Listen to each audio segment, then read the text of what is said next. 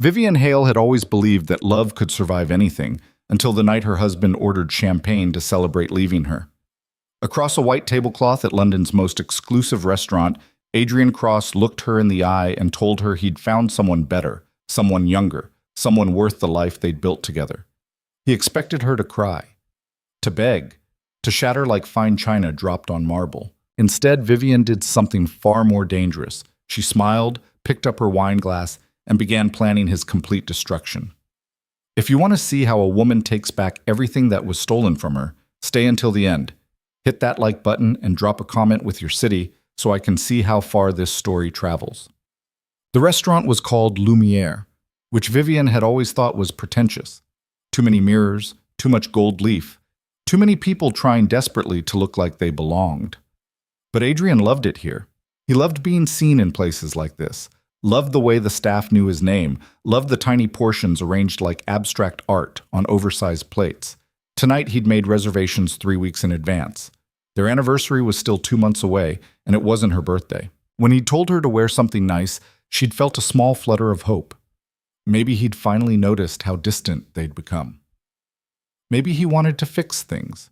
She'd chosen a navy dress, simple and elegant, the kind that made her feel like herself. Her dark hair was pulled back, and she wore the pearl earrings her mother had given her. At 34, Vivian still turned heads, though she'd never been the type to notice or care.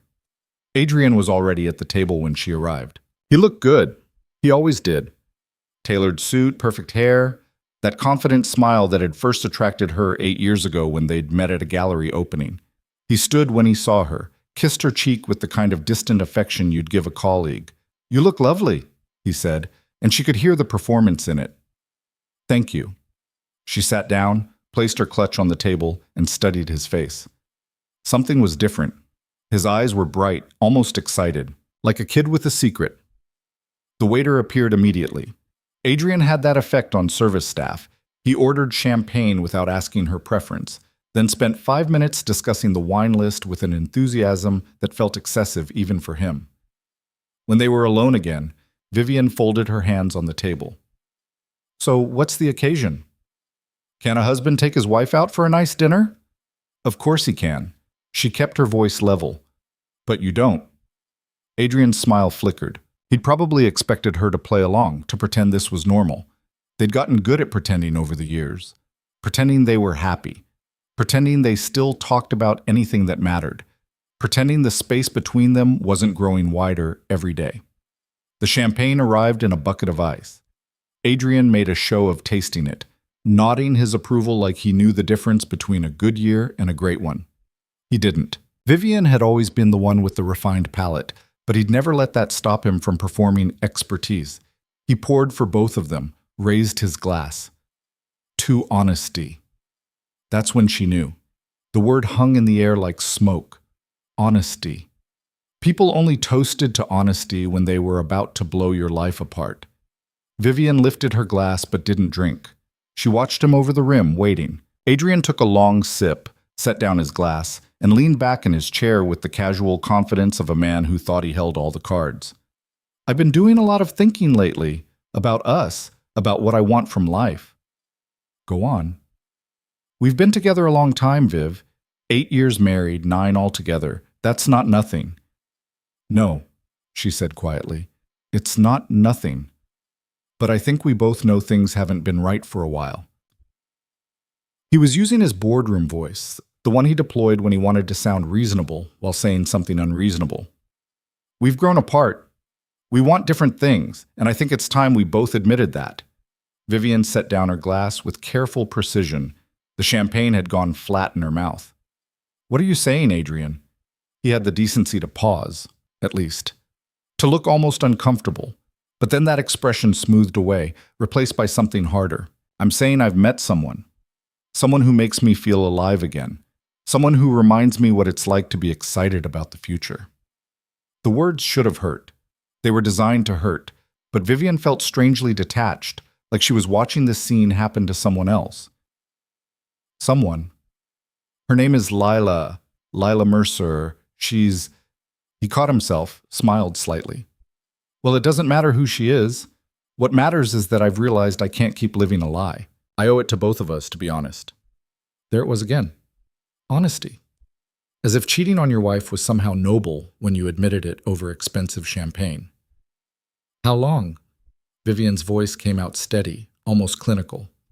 6 months. 6 months. Half a year of lies, of late nights at the office, of business trips that suddenly multiplied. 6 months of coming home to her bed smelling like someone else's perfume, while Vivian made excuses for him in her own head. I see. She picked up her menu, opened it, scanned the appetizers with the same attention she'd give a grocery list. Have you decided what you're having? Adrian blinked. What? For dinner. Have you decided? Vivian, did you hear what I heard you. She didn't look up from the menu. You're in love with someone named Lila Mercer. You've been sleeping with her for 6 months, and you want to end our marriage. Did I miss anything? His jaw tightened. This wasn't going according to script. I thought you'd want to talk about this. What's there to talk about? You've clearly made up your mind. She closed the menu, met his eyes, with a calm that seemed to unsettle him. The duck looks good. Jesus, Viv, could you at least react like a normal human being? What would you like me to do, Adrian? Cry? Throw my wine in your face? Make a scene so everyone in this overpriced restaurant can watch your wife fall apart? She leaned forward slightly. Is that what you brought me here for? An audience? Color crept up his neck. I brought you here because I thought you deserved to hear it from me, in a civilized way. How thoughtful. Vivian reached for her champagne, took a deliberate sip. It tasted like metal and regret. So what happens now? You move out? I move out? We sell the house? The house? He shifted in his seat. That's actually something we need to discuss. Oh? I've been paying the mortgage for 8 years, Viv. My salary, my career. I think it's only fair that The house is in my name. She said it quietly, but the words landed like stones in still water. My inheritance from my father paid for it. You've been living in my house, Adrian. Not ours. Mine. His expression hardened. We're married. What's yours is ours under the law. Is it? Vivian tilted her head, genuinely curious now.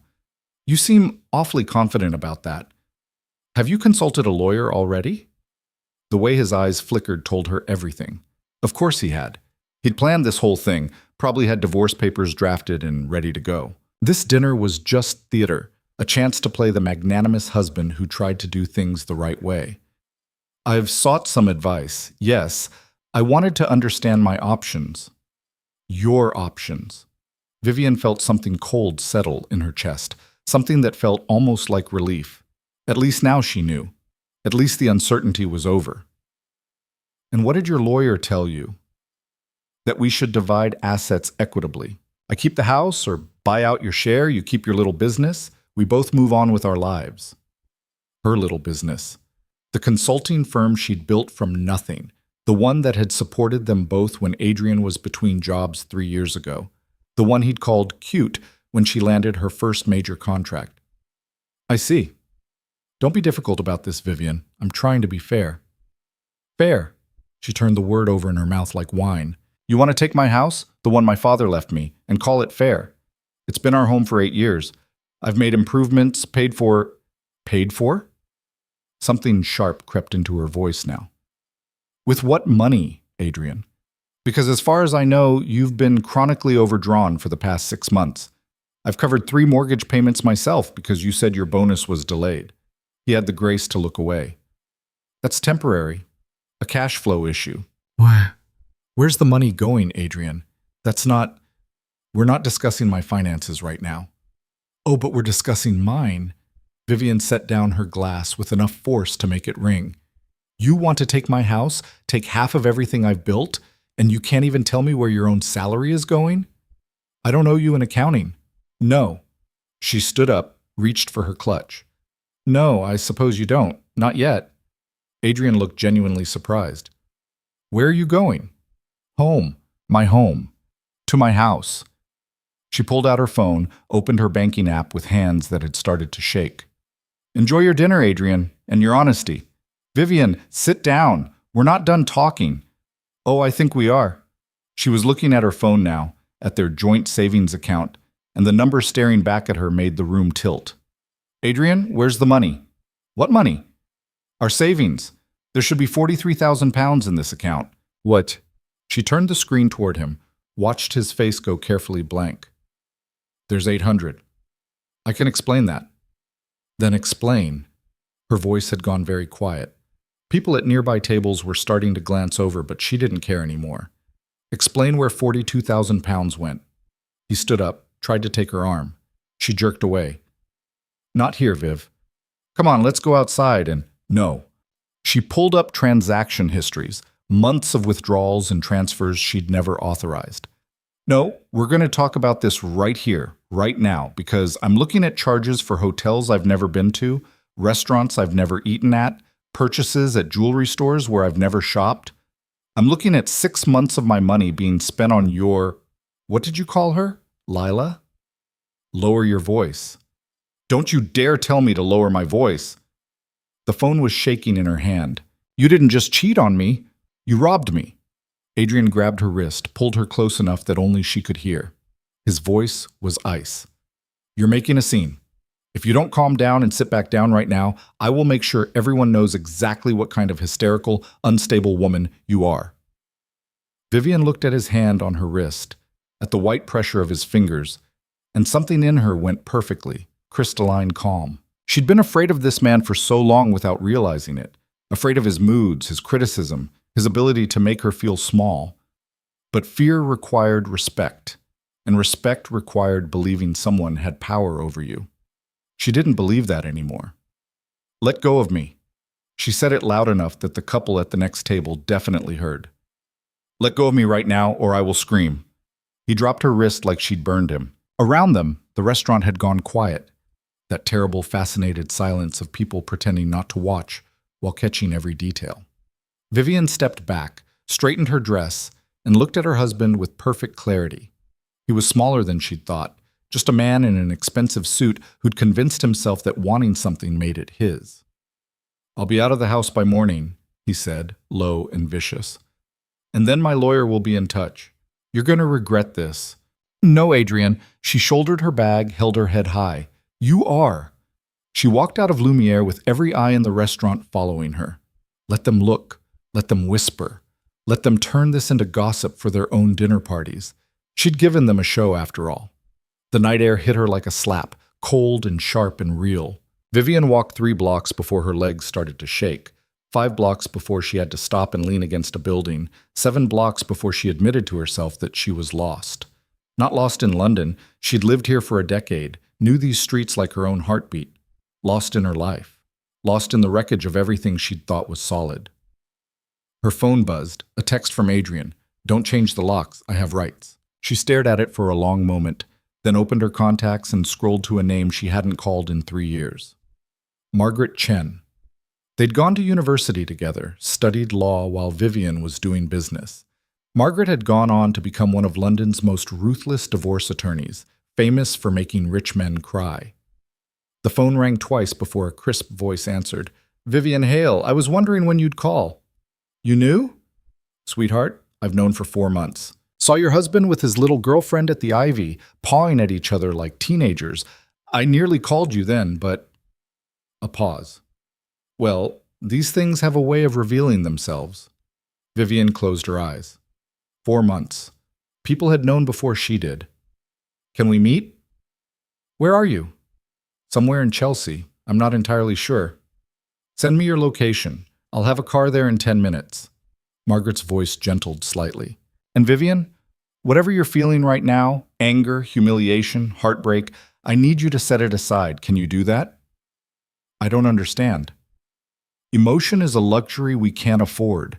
If you want to win this, if you want to take back everything he's stolen and make him pay for every lie, you need to get cold. Can you do that? Vivian thought about Adrian's hand on her wrist, about £42,000 spent on another woman, about 8 years of her life built on sand. She thought about her father's house, her mother's pearls, the business she'd built with her own hands while Adrian took credit at dinner parties. Yes, she said, I can do that. Good girl, car's on its way. We have a lot of work to do. The line went dead. Vivian stood there in the London night, watching her breath mist in the cold air, and felt something shift inside her. The heartbreak was there. She could feel it waiting, patient and vast. But Margaret was right. Emotion was a luxury. Right now, she had a war to win. The car was a sleek black Mercedes that pulled up exactly 9 minutes later. The driver didn't ask questions, just handed her a bottle of water and drove in silence to an office building in Mayfair that still had lights burning on the 7th floor. Margaret met her in the lobby, dressed like she'd never left work. Sharp suit, sharper heels, black hair pulled into a bun tight enough to give lesser women a headache. She took one look at Vivian and nodded approvingly. "You're not crying. That's good." I cried out my tear ducts years ago over smaller things. Vivian followed her into the elevator. "I think I'm all out." "Even better." Margaret pressed the button for 7. Tears cloud judgment. Anger focuses it. The office was modern and cold, all glass and steel, and the kind of art that existed solely to prove someone had money. Margaret's corner office overlooked the city, 1,000 lit windows stretching into the dark. She gestured Vivian to a leather chair and sat across from her, pulling out a legal pad. "Start from the beginning. When did you first suspect?" "I didn't. Not really." Vivian felt stupid admitting it. "He'd been distant, but I thought it was work stress. He works in finance, and things have been volatile." "Where?" "Hartwell and Sterling. He's a senior analyst." Margaret made a note. "Go on." "Tonight he took me to dinner and told me he was in love with someone else. Lila Mercer. He said they'd been together 6 months and he wanted a divorce." "How did you react?" "I didn't. Not at first. I think that made him angry. He'd expected tears, I suppose. Then I looked at our bank accounts and found that our savings are gone. £42,000 spent over the past 6 months on hotels, restaurants, jewelry." "Joint account?" "Yes, but the money was mostly mine. Inheritance from my father, savings from my business." Margaret's pen moved faster. "This is good." "This is very good. What about the house?" "In my name. My father's inheritance paid for it outright. Adrian moved in after we got married, but it was never legally his." "Even better. Did he make any improvements, pay for renovations?" Vivian thought back. "We redid the kitchen 3 years ago. I paid for most of it, but he contributed about £5,000. We can handle that. What about his income?" "He makes around $90,000 a year, or he's supposed to. But he's been having trouble with his accounts lately. Overdrawn several times. I've covered some of his expenses." "Gambling?" "I don't think so. I think he's been spending it on Lila." Margaret leaned back, tapping her pen against her lips. "Here's what's going to happen. He's going to come at you hard and fast, trying to scare you into settling quickly before you understand what you're entitled to. He'll use shame, guilt, intimidation, anything to make you feel like you're being unreasonable for wanting what's legally yours. He already grabbed my wrist at dinner, told me I was making a scene." The pen stopped tapping. "Did anyone see?" "Half the restaurant." "Perfect. Did you photograph any bruising?" Vivian looked down at her wrist. There were faint red marks where Adrian's fingers had pressed. "No, but I can. Do it now. Multiple angles, with timestamps." Margaret pushed a business card across the desk. "And I want you to see this doctor tomorrow morning. She specializes in documenting domestic incidents for legal purposes. It wasn't, he didn't hit me. He put his hands on you without consent during an argument about divorce and money. That's assault, Vivian. I know you don't want to think of it that way, but courts do." Margaret's voice was kind but firm. "I'm not saying we lead with that. I'm saying we document everything, build the strongest possible case, and then we decide our strategy." Vivian pulled out her phone with shaking hands and started photographing her wrist. The marks were already fading. By morning, they'd probably be gone. But the camera caught them, preserved them, turned a moment of humiliation into evidence. "What else do I need to do?" "First thing tomorrow, you're changing every password, every PIN, every security code, bank accounts, credit cards, email, phone, everything. Then you're going to sit down and make a list of every asset you own, jointly or separately. Every bank account, every investment, every piece of jewelry, every painting on your walls, everything. That could take days. Then you'd better start tonight." Margaret stood, walked to a cabinet, and pulled out a bottle of whiskey and 2 glasses. She poured generous measures and handed one to Vivian. "You asked me if I could help you. I can. But you need to understand what you're signing up for. This isn't going to be quick, and it isn't going to be clean. He's going to say terrible things about you. He's going to try to turn your friends against you, make you look unstable or vindictive or greedy. And when that doesn't work, he's going to offer you settlements that sound reasonable but are designed to cheat you out of what you're owed. And what am I owed? Everything. Margaret raised her glass. You're owed every penny he stole, every asset you brought to the marriage, every bit of compensation for the life he disrupted. And by the time I'm done, he's going to pay for the privilege of having lied to you. They drank. The whiskey burned all the way down, but Vivian welcomed it. She needed something to feel real right now. There's one more thing, Margaret said carefully. Lila Mercer. I need to know everything about her. Where she works, where she lives, how they met. Because I guarantee Adrian's not the only one with secrets. You think she's involved in the money? I think a mistress who's comfortable with a married man stealing from his wife to fund their affair is comfortable with a lot of things. And I think people like that tend to have patterns. Margaret sat back down, pulled her laptop toward her. Spell her name for me. Lilamercer. Margaret's fingers flew across the keyboard. Social media profiles bloomed on the screen: Instagram, LinkedIn, Facebook. A blonde woman in her late 20s, all sharp angles and practiced pouts. The Instagram was public, filled with photos of expensive dinners, designer handbags, exotic vacations. How old is Adrian? 38? And she's 27. Of course she is. Margaret scrolled through posts, clicking and reading. She works in marketing at a tech startup, or she did. Looks like she quit about 3 months ago. Since then, nothing but travel and shopping. Living off Adrian's money. Living off your money. Margaret pulled up older posts from before the affair started. Interesting. 6 months ago, she was posting about being broke, asking friends for job leads. 2 weeks later, here she is at the Ritz. That's when it started. Or that's when she started documenting it. Could have been going on longer. Margaret made more notes. Does Adrian know you've hired me? No. I called you on my way here. Good. Keep it that way as long as possible. I want him confident, making mistakes. Men like Adrian always do. They get cocky, think they're smarter than everyone else. She looked up, met Vivian's eyes.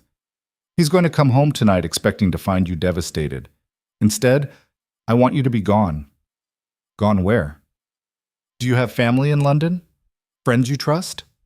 Vivian thought of her sister, Rebecca, who lived in Notting Hill with her husband and 2 kids. They'd grown apart over the years. Rebecca had never liked Adrian, had made her feelings clear at the wedding.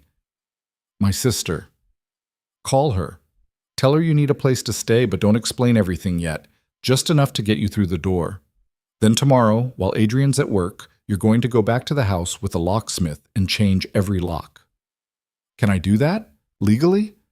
It's your house, Vivian. Legally, you can do whatever you want with it. He's the one who will have to prove he has a right to be there, and that's going to be very difficult when the deed is in your name and he's publicly declared he wants a divorce. Margaret smiled, and there was something wolfish in it. We're going to make this very, very expensive for him. Vivian should have felt guilty. Should have felt like this was stooping to his level, playing dirty. But all she felt was a cold, clean anger. When do we start? We already have. Margaret turned her laptop around, showed Vivian a document she'd been typing while they talked. This is a cease and desist letter informing Adrian Hale that he is prohibited from accessing accounts under your name, selling or disposing of joint assets, or harassing you in any form. I'll have it delivered to him at work tomorrow morning. Will that stop him? No, but it will create a paper trail when he violates it. Margaret printed the letter, added it to a growing file. And he will violate it, Vivian. Men like him always do. They can't help themselves. It was past midnight when Vivian finally called Rebecca from the back of another car Margaret had ordered. The phone rang 4 times before her sister answered, voice thick with sleep. Viv, what's wrong? Can I stay with you tonight? I'll explain everything in the morning. Her voice cracked for the first time all night. I need somewhere to go. Of course, come now. Rebecca was fully awake now, alert.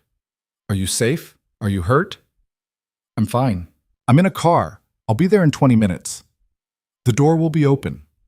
Rebecca lived in a converted Victorian townhouse that always smelled like baking and children's shampoo. She was waiting in the doorway when Vivian arrived, wrapped in a bathrobe, face creased with worry. She didn't ask questions, just pulled Vivian inside and held her while Vivian finally let herself shake. "He left me," Vivian whispered into her sister's shoulder. "Adrian. He's been having an affair, and he took all our money, and he wants the house, and I can't." "Shh. Okay. It's okay." Rebecca guided her to the sofa, wrapped a blanket around her shoulders. "Start from the beginning." So Vivian told her. All of it. The dinner, the confession, the missing money, the marks on her wrist that were already fading. Rebecca listened without interrupting, her face getting harder with every detail. "That absolute bastard," she said when Vivian finished. "I always knew he was a prick, but this... You tried to warn me." "Yeah, well, you were in love, or you thought you were." Rebecca got up, started making tea with the fierce efficiency of someone who needed to do something with her hands. "What do you need? What can I do? Let me stay here tonight. Maybe tomorrow too while I figure things out." "You can stay as long as you need. The guest room's yours." Rebecca brought over 2 mugs, sat down close enough that their knees touched. "Have you called a lawyer?" "I just came from one. Margaret Chen." Rebecca's eyebrows shot up. "The Margaret Chen, the one who took down that hedge fund manager last year? She's an old friend from university. Then Adrian Hale is a dead man walking." Rebecca raised her mug in a toast. "Good." They sat in silence for a while, drinking tea, listening to the house settle around them. Upstairs, one of Rebecca's kids coughed in their sleep. The radiator clinked. Outside, London hummed with its endless night traffic. "Can I ask you something?" Rebecca said finally. "Anything." "When did you know?" "Not tonight, but before." "When did you know something was wrong?" Vivian thought back, tried to pin down the moment everything had started to crack. "I think I've known for a long time. I just didn't want to admit it. It's easier to pretend, you know? Easier to make excuses, to tell yourself things will get better. And now? Now I'm done pretending." Vivian set down her mug, looked at her sister directly. "I'm going to take him apart, Becca. I'm going to take back everything he stole, and I'm going to make sure he never has the chance to do this to anyone else." Rebecca smiled, fierce and proud. "There's my sister. I was wondering when she'd show up."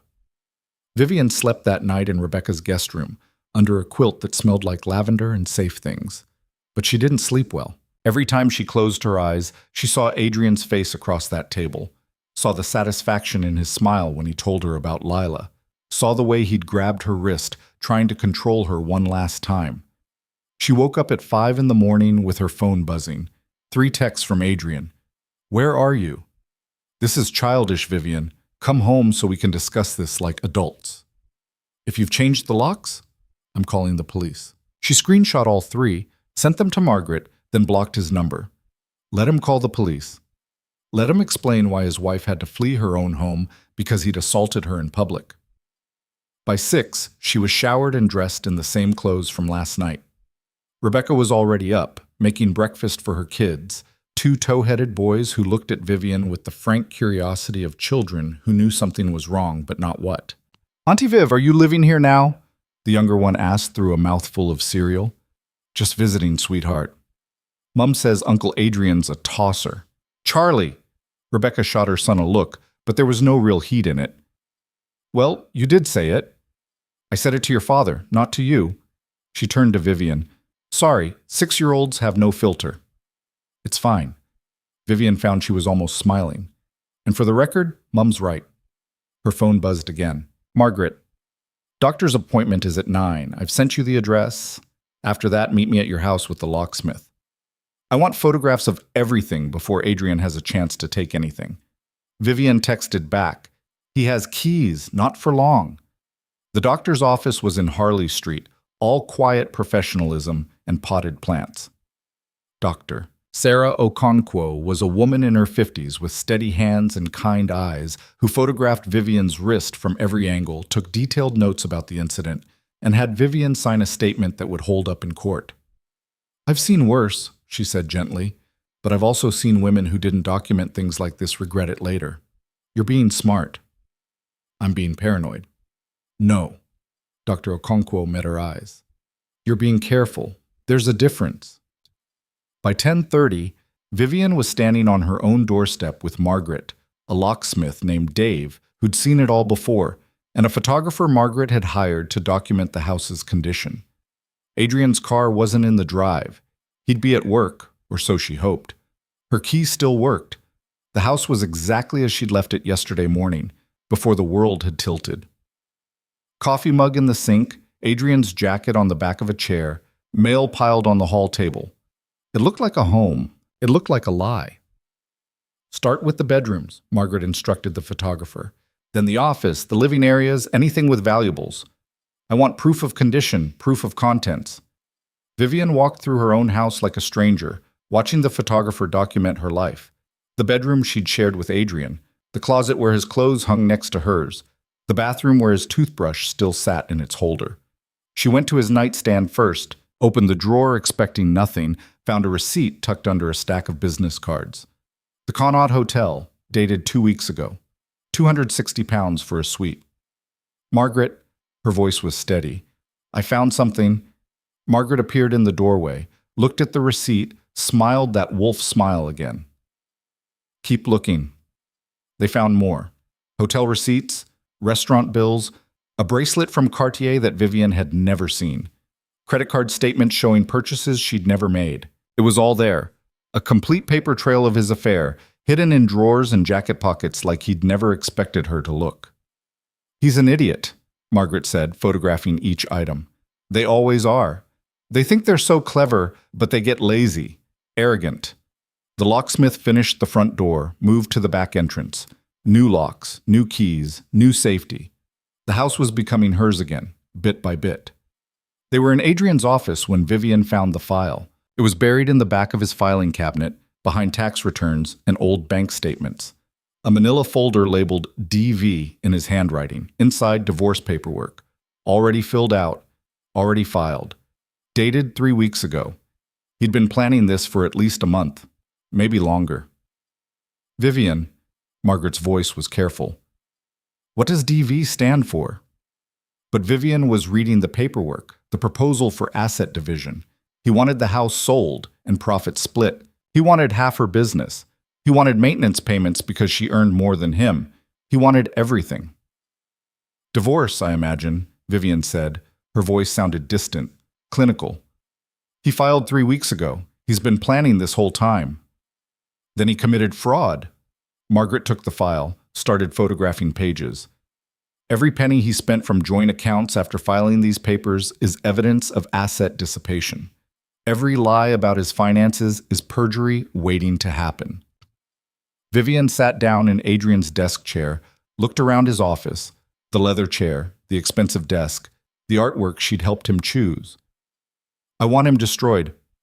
Then we destroy him. Margaret's phone buzzed. She glanced at it, frowned. That was fast. He's already called my office, demanding to know if I'm representing you. What did you tell him? Nothing, but he knows. Margaret sat on the edge of the desk, folded her arms.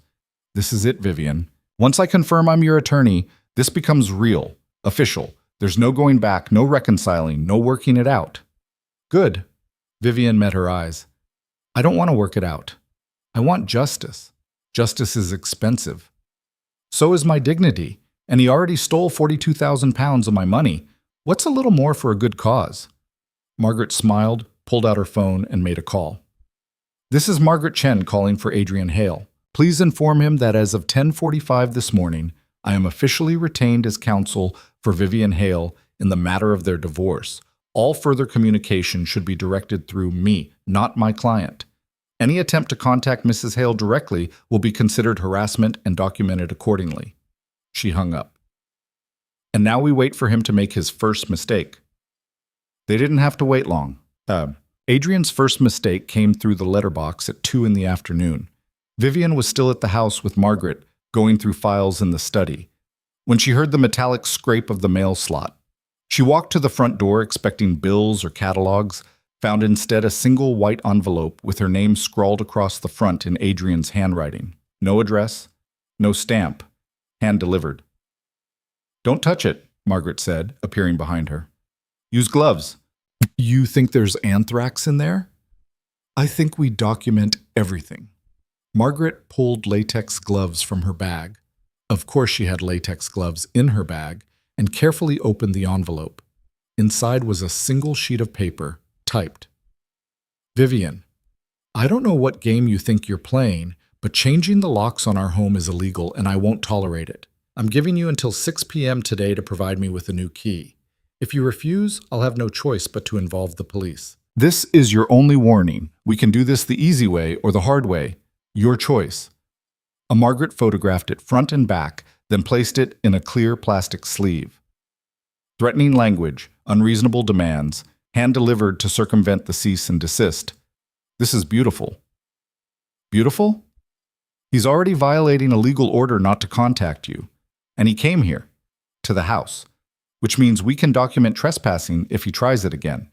She pulled out her phone, started typing. I'm going to respond on your behalf.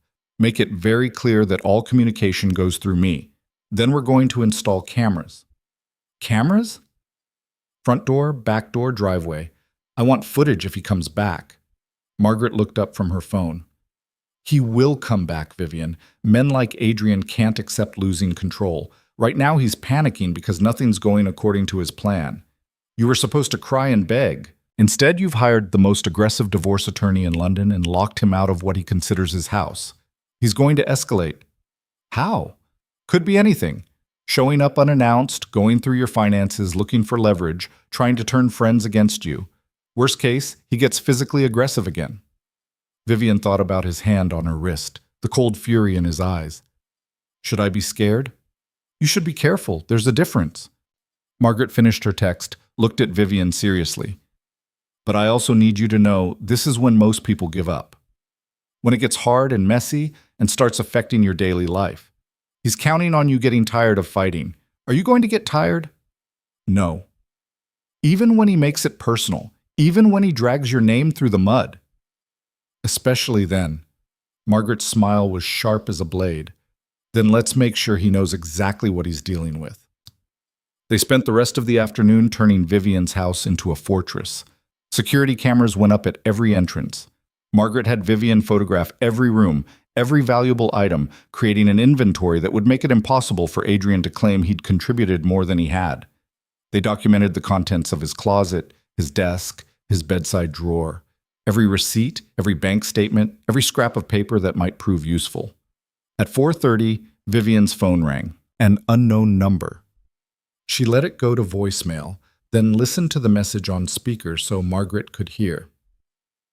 Vivian, it's Adrian. I don't know why you're not answering, but this is getting ridiculous. I came by the house and my key doesn't work. I know you changed the locks. That's illegal, by the way. That house is as much mine as it is yours, and you can't just lock me out. Call me back so we can sort this out like adults. Or I'm getting the police involved. I'm serious, Viv. Don't make this harder than it has to be. His voice was tight with barely controlled anger, the kind that used to make Vivian nervous. Now it just sounded pathetic. He actually thinks the police will help him, Margaret said, almost amused. Men always think the police will help them. Will they? Not when I show them the deed to the house with your name on it, the domestic incident report from last night, and the cease and desist he's already violated twice. She saved the voicemail, added it to her growing file. Let him call them. It'll just give us more documentation. Vivian's phone buzzed again. A text from a number she didn't recognize. This is Lila. We need to talk. She showed it to Margaret, who raised an eyebrow. The girlfriend. Bold move. Should I respond?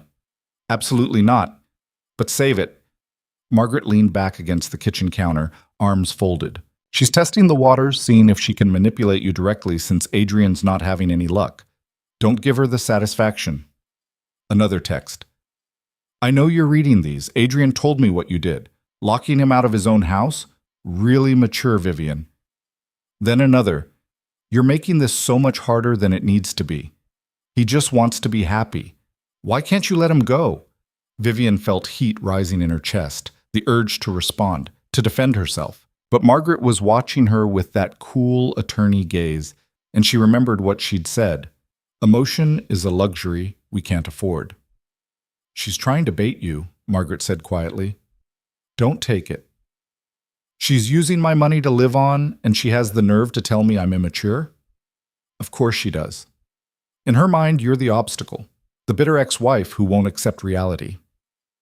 Margaret took the phone, screenshot the messages, handed it back. She probably believes her own story, that Adrian's some trapped hero and she's his salvation. It's easier than admitting she's a thief's accomplice. More texts flooded in. He says you're trying to take everything from him. That's vindictive and petty. I thought you were better than this. You had your chance with him and you blew it. Move on. At least respond. Don't be a coward. Vivian blocked the number with shaking hands. I want to destroy her too. We will, but not by engaging with her games. Margaret checked her watch. It's almost 6. He said that was your deadline, right? Let's see if he follows through. They didn't have to wait long. At 6:15, Vivian's phone rang again, Adrian's office number this time. Mrs. Hale? A woman's voice, professional and wary. This is Caroline from Hartwell and Sterling. I have Adrian Cross here, and he's asking to speak with you. He says it's urgent. Tell him to contact my attorney. He says he's already tried that, and then tell him to try harder. I'm not speaking to him directly. A pause, muffled conversation in the background. Then Caroline again, more uncomfortable now. He's saying you've locked him out of his house and stolen his belongings. Is that true? No, it's not true. The house is in my name, and all of his belongings are exactly where he left them.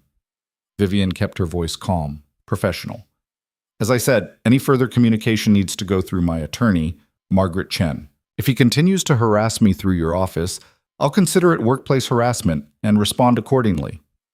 More muffled conversation, then the line went dead. He's unraveling, Margaret said with satisfaction. Calling from work, using colleagues to get to you. He's desperate. Good. They were packing up to leave when Vivian heard a car in the driveway. She looked out the window and felt her stomach drop. Adrian's silver Mercedes parked at an aggressive angle like he'd arrived in a hurry. He got out, slammed the door, and stormed toward the house. Don't answer it, Margaret said. I'm not. Adrian pounded on the door. Vivian, I know you're in there. Open the door. They stood in the hallway, silent, while he hammered away. Through the frosted glass panel, Vivian could see his outline, could hear the fury in every blow. This is my house, too. You can't just lock me out. Margaret pulled out her phone, started recording. Keep going, she murmured. Give me something I can use. I'm not leaving until you open this door, Vivian. I'm serious. We're going to settle this right now.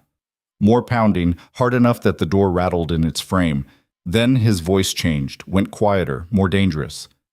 I know you're listening. I know Margaret Chen is in there with you, filling your head with nonsense. But you need to understand something. You can't win this. I have lawyers too, Vivian. Good ones. And when they're done with you, you're going to wish you'd been reasonable. Threatening language, Margaret whispered, still recording. Beautiful. You want to know why I left you?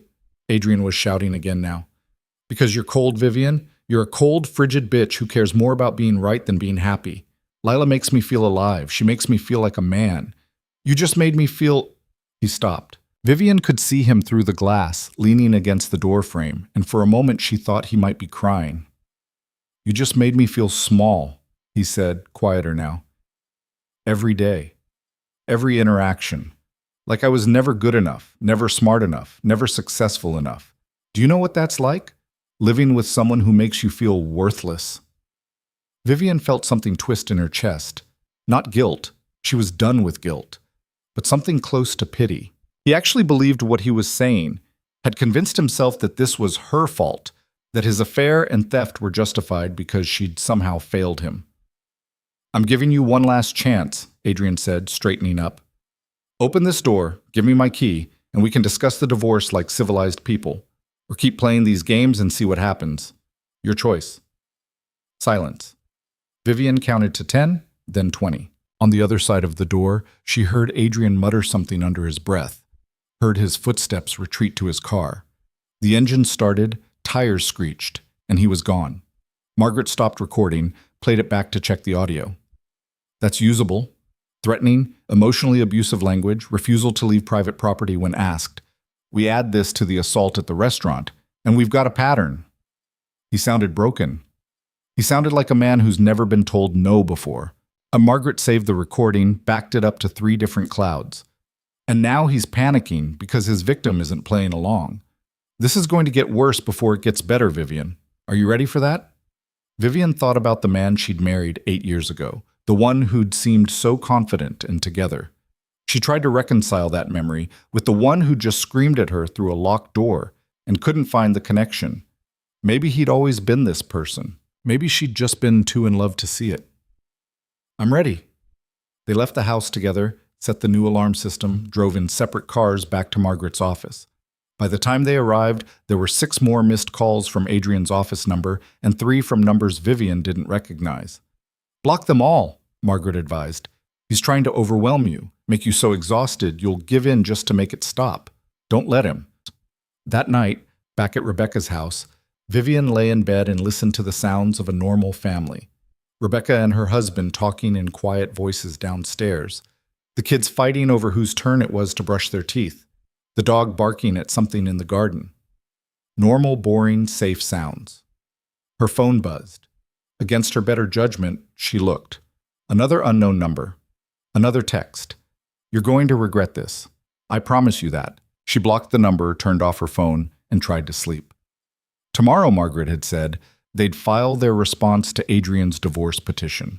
Tomorrow they'd start building the case that would take back everything he'd stolen. Tomorrow, the real fight began. But tonight, she was just tired. She must have slept eventually because she woke to sunlight streaming through unfamiliar curtains and the smell of coffee from downstairs. 6:30. She'd slept through the night for the first time in weeks and woke up feeling something she hadn't expected. Clarity. She showered, borrowed clothes from Rebecca, and was halfway through breakfast when her phone rang. Margaret, already at her office despite the early hour. We've got a problem. Vivian's stomach dropped. What kind of problem? Adrian filed an emergency motion last night claiming you've locked him out of the marital home and are preventing him from accessing his belongings. He's asking for a court order forcing you to give him a key and unrestricted access to the property. Can he do that? He can try. We've got a hearing tomorrow morning at 10, which means we need to spend today building a defense. What do we need? Everything we documented yesterday, plus witness statements from anyone who saw the assault at the restaurant, plus medical documentation, plus proof that the house is yours and yours alone. Margaret's voice was crisp, efficient. Can you get to my office in an hour? I'll be there in 30 minutes. She was pulling on her coat when Rebecca came into the kitchen, took one look at her face and said, What's he done now? He's trying to force his way back into my house. Can he do that? That's what we're going to find out. Vivian grabbed her bag, kissed her sister on the cheek. Thank you for letting me stay. I don't know what I'd do without you.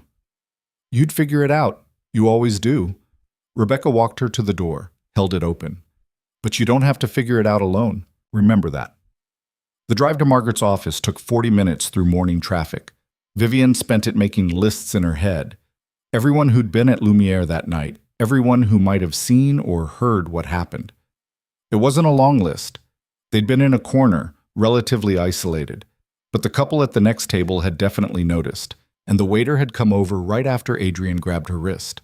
Margaret's office was already full when Vivian arrived. 2 junior associates pulled from other cases, a private investigator named Danny, who specialized in financial fraud, and a paralegal who looked far too cheerful for 7 in the morning.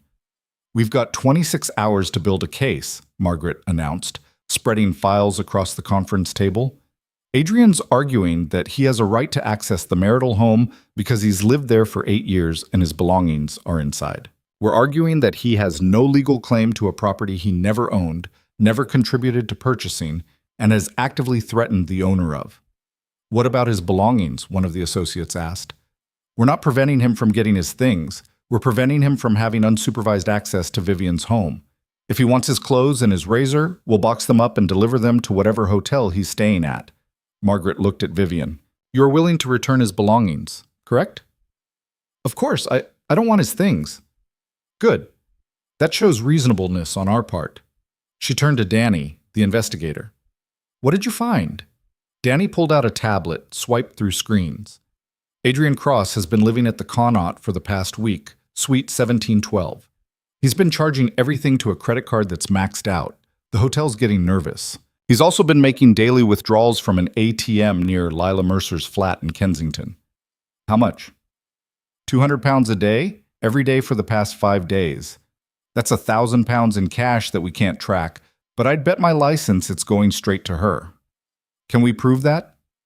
Not directly, but I've got photos of him going into her building, staying for hours, leaving early morning. If we can show a pattern of him spending marital assets on his mistress, it strengthens the case for asset dissipation. Margaret made notes, rapid and precise. What about his job? How secure is it? Not very. I talked to a friend at Hartwell in Sterling, off the record obviously. Adrian's been under scrutiny for months. Missed deadlines, erratic behavior, unreliable performance. There's talk of putting him on a performance improvement plan. Because of the affair? Because of the affair, the money troubles, the stress of maintaining 2 lives. He's falling apart, and his employers have noticed. Vivian felt a strange mix of satisfaction and sadness. She'd spent 8 years supporting Adrian's career, listening to him complain about difficult clients and demanding bosses, helping him prepare for presentations. And he'd thrown it all away for a woman barely out of university who thought expensive dinners were love. We can use that, Margaret said. If he's about to lose his income, he has even more incentive to take Vivian's money, which makes him more dangerous, not less. She looked at Vivian. How are you holding up? I'm fine. Really fine, or pretending fine? Both, I think. Vivian sat down, accepted the coffee the paralegal handed her. I keep waiting to feel sad about the marriage ending, but all I feel is angry. Anger's useful, hold on to it.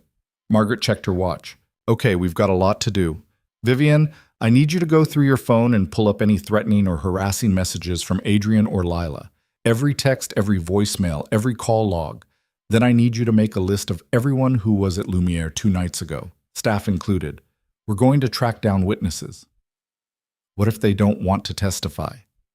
Then we ask nicely, and if that doesn't work, we subpoena them. Margaret's smile was cold. Nobody threatens my clients and gets away with it. They worked through the morning and into the afternoon. Vivian pulled up months of text messages, voicemails, call logs, building a timeline of Adrian's increasing aggression. The shift had been subtle at first. A sharp comment here, an impatient text there. But over the past 6 months, as the affair intensified, he'd gotten meaner, more controlling, more willing to lash out when she questioned anything. She'd made excuses for all of it. Stress at work, money worries, normal marriage friction. Now, looking at it all laid out chronologically, the pattern was obvious. He'd been pushing her away, creating distance, picking fights over nothing, preparing the ground for his exit. This is good, Margaret said, reviewing the messages. Really good. He's documenting his own abuse. One of the associates came back from Lumiere with news. I talked to the maitre d'. He remembers the incident, says several staff members witnessed it. The waiter who served them is willing to give a statement. Get it in writing, today. By 6 that evening, they had witness statements from 3 restaurant employees, medical documentation of the wrist injury, a complete financial history showing Adrian's spending, and a timeline of his increasingly threatening behavior. Margaret laid it all out like pieces of a puzzle, each one fitting perfectly with the next. This is what we're going to walk into court with tomorrow, she said, and this is what we're going to say. Adrian Cross is a man who assaulted his wife in public, stole £42,000 from joint accounts to fund an affair, filed for divorce in secret while pretending to work on the marriage, and is now attempting to intimidate his victim into giving up her legal rights. He has no claim to her property, no right to access her home, and no grounds for sympathy. Will the judge agree? If they're not an idiot, yes. Margaret started packing up files, but we prepare for the worst.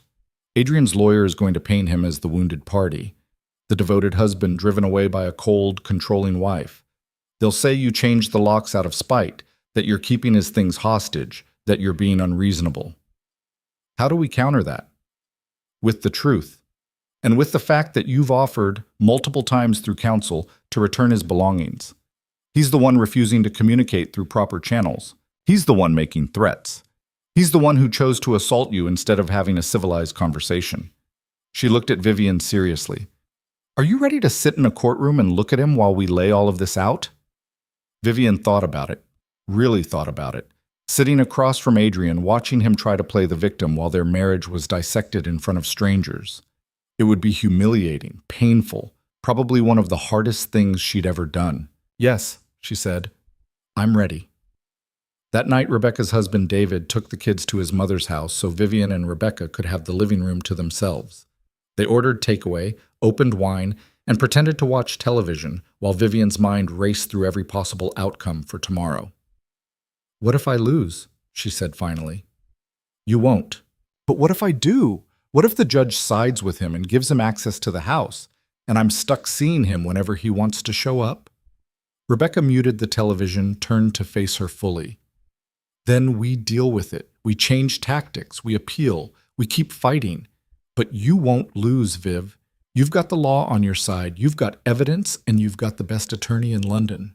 He's got lies and theft and a girlfriend who texts like a teenager. She called me a coward." "Of course she did, because she's terrified you're going to take away her meal ticket." Rebecca poured more wine, handed Vivian a glass. "Women like that always go after the wife instead of the husband. It's easier to blame you for not keeping him happy than to admit they're with a man who steals from his own wife." "Do you think she knows? About the money?" "Probably. And if she doesn't, she's willfully blind." Rebecca curled up in the corner of the sofa, tucked her feet under her. "Either way, she's complicit. You don't spend £42,000 of someone else's money without asking where it came from." Vivian's phone buzzed. Another unknown number. She almost didn't look, but Rebecca reached over and grabbed it first. "It's a photo," she said, frowning. Then her face went hard. "Don't look at this." But Vivian had already seen a photo of Adrian and Lila, wrapped around each other in what looked like a hotel bed. Lila's face was turned toward the camera, smiling smugly. The message underneath, "He's mine now. Let him go." Rebecca deleted it, blocked the number, and threw the phone across the room onto a cushioned chair. "That bitch!" Vivian felt something crack inside her chest. Not heartbreak. She was past that. Something angrier. Something that felt like pure crystalline rage. "Screenshot it first." "What?" "The photo. It's evidence. Of the affair, of her harassment, of everything." "Bucky?" Vivian retrieved the phone, found the photo in her deleted messages, screenshot it before the deletion was permanent. "Margaret needs to see this." She sent it to Margaret with a single line. "Lila's getting desperate." The response came back immediately. "Good. Desperate people make mistakes. See you at court tomorrow, 9:30 sharp." Vivian slept badly that night, tossing in dreams where she stood in courtrooms that stretched on forever, where judges had Adrian's face, where she opened her mouth to speak and no sound came out. She woke at 5, gave up on sleep, and spent the dark hours before dawn going over everything Margaret had told her. Stay calm. Answer questions directly. Don't volunteer information. Don't react to Adrian no matter what he says or does. At 8, she was dressed in a navy suit, professional, serious, nothing flashy. Rebecca drove her to the courthouse, waited with her in the lobby while lawyers and defendants and witnesses streamed past. At 9:20, Margaret appeared in a sharp gray suit that screamed competence and control. "Ready?" "Ready." The courtroom was smaller than Vivian had expected, less formal. Plain wooden benches, a judge's bench that looked like it had seen better decades, fluorescent lighting that made everyone look slightly ill. Adrian was already there with his attorney, a thin man in his 50s who had the pinched look of someone who dealt with unpleasant people for a living. Adrian looked terrible. His suit was rumpled, his face unshaven, his eyes shadowed with lack of sleep. When he saw Vivian, something flickered across his expression. Hope, maybe, or calculation. Like he thought she might still break down, still give him what he wanted. She looked at him with nothing. No anger, no pity, no recognition, just blank professional distance, and watched him realize that whatever power he'd once had over her was gone. The judge was a woman in her 60s with steel gray hair and no patience for nonsense. She reviewed the motions quickly, then looked up at both parties. "Mr. Cross, you're asking for access to a property owned solely by your wife, is that correct?" Adrian's lawyer stood. "Yes, Your Honor. My client has resided at the property for 8 years of marriage and has personal belongings inside that he requires. Mrs. Hale has changed the locks and refused him entry." "Mrs. Hale?" The judge looked at Margaret. Margaret stood smoothly. Your Honor, Mrs. Hale has never refused to return Mr. Cross's belongings. She has, however, refused to give him unsupervised access to her private property, a property he has no legal claim to and which he has already threatened her regarding. We have documented evidence of domestic assault, financial theft, and ongoing harassment. That's a serious accusation, which is why we've come prepared to prove it. The judge gestured for her to continue. Margaret laid out the case methodically, piece by piece. The assault at the restaurant, witnessed by multiple staff members. The medical documentation. The £42,000 missing from joint accounts. The threatening messages and phone calls. Adrian's secret divorce filing while pretending to work on the marriage. The photo Lila had sent just last night.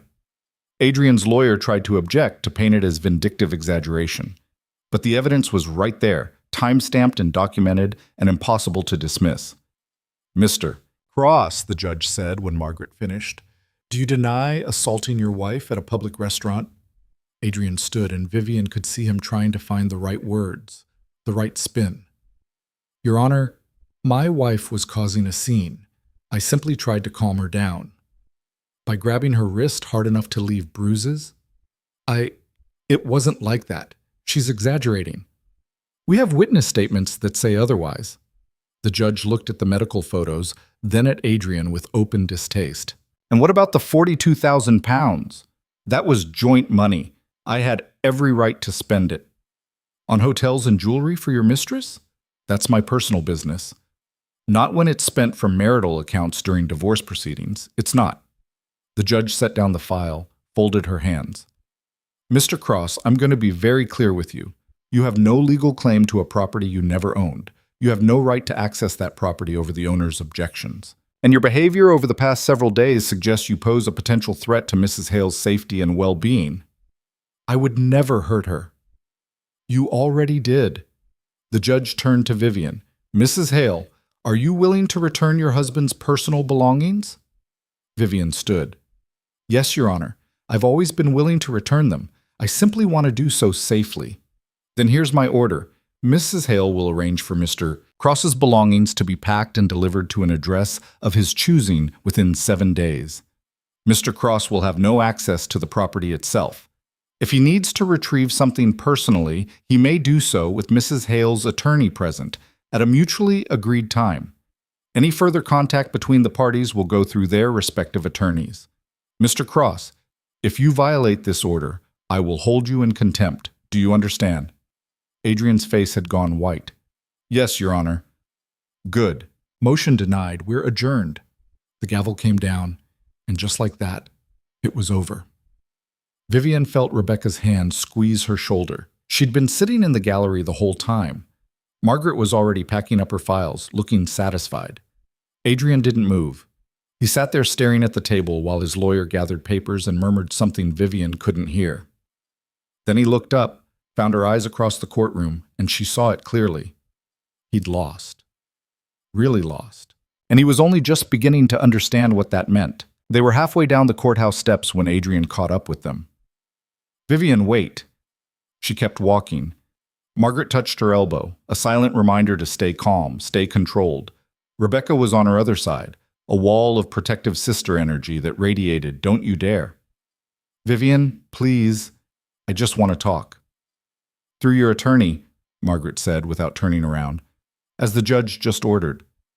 5 minutes, that's all I'm asking.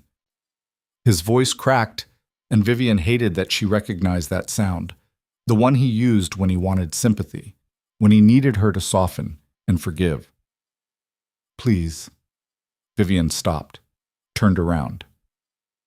Adrian stood 3 steps above them, backlit by the weak morning sun, and for a moment he looked like the man she'd married, vulnerable, lost, almost human. You have something to say to my client? Margaret's voice could have cut glass. Adrian looked at Vivian, ignoring Margaret completely. I didn't think you'd actually go through with it. The lawyer, the court, all of this. I thought we could work it out. You thought I'd just hand you my house and my money and disappear quietly. No, I thought... He ran a hand through his hair, that old nervous gesture she knew so well. I thought you'd understand, that we'd grown apart, that it wasn't working, that we'd both be happier moving on.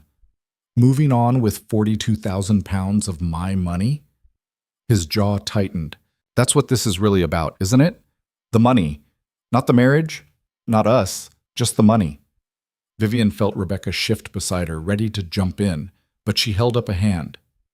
No, Adrian, this is about you lying to me for 6 months. This is about you stealing from accounts I built. This is about you filing for divorce while telling me everything was fine.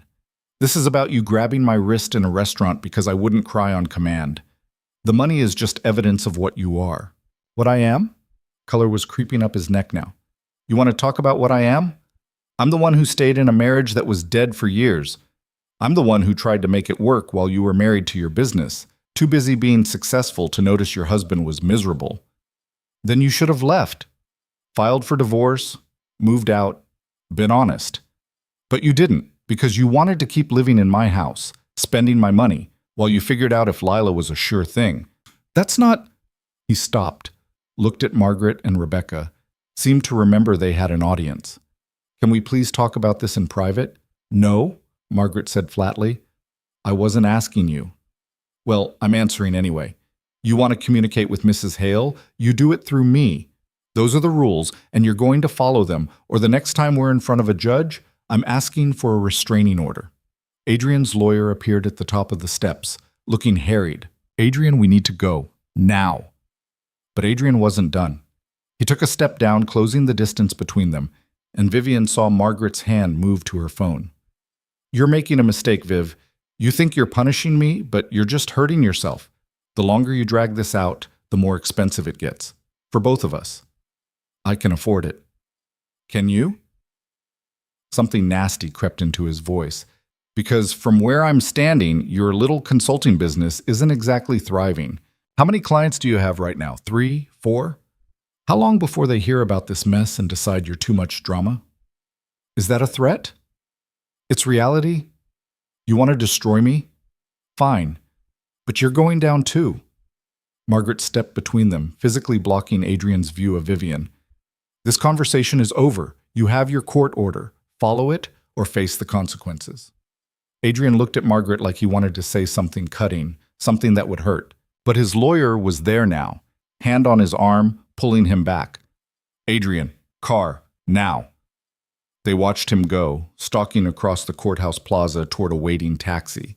His lawyer followed, talking rapidly into his phone, probably already planning their next move. Well, Rebecca said when they were gone, he's taking that well. Vivian felt shaky, adrenaline draining out of her system. He threatened my business. He's scared, Margaret said. He just lost in court. He's hemorrhaging money on hotels and his girlfriend, and he's starting to realize this isn't going to be the easy divorce he planned. So he's lashing out, trying to find leverage. Will he go after my clients? He might try, but you haven't done anything wrong, and any client worth keeping will see through it. Margaret guided them toward her car. What matters now is that we stay ahead of him.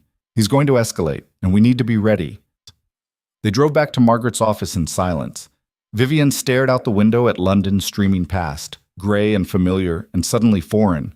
Everything looked the same as it had a week ago, but she felt like a different person, harder, colder, more willing to fight dirty because that's what survival required. At the office, Margaret's team was already assembled, ready for the next phase. Danny the investigator had more information about Adrian's finances, and none of it was good. He's broke, Danny said, spreading out bank statements. Not exaggerating, actually broke. His credit cards are maxed, his overdraft is at the limit, and his salary barely covers his hotel bill. He's been taking cash advances, payday loans, anything he can get his hands on. How is he affording Lila's lifestyle? He's not anymore. The well ran dry about 2 weeks ago, right around when you noticed the missing money.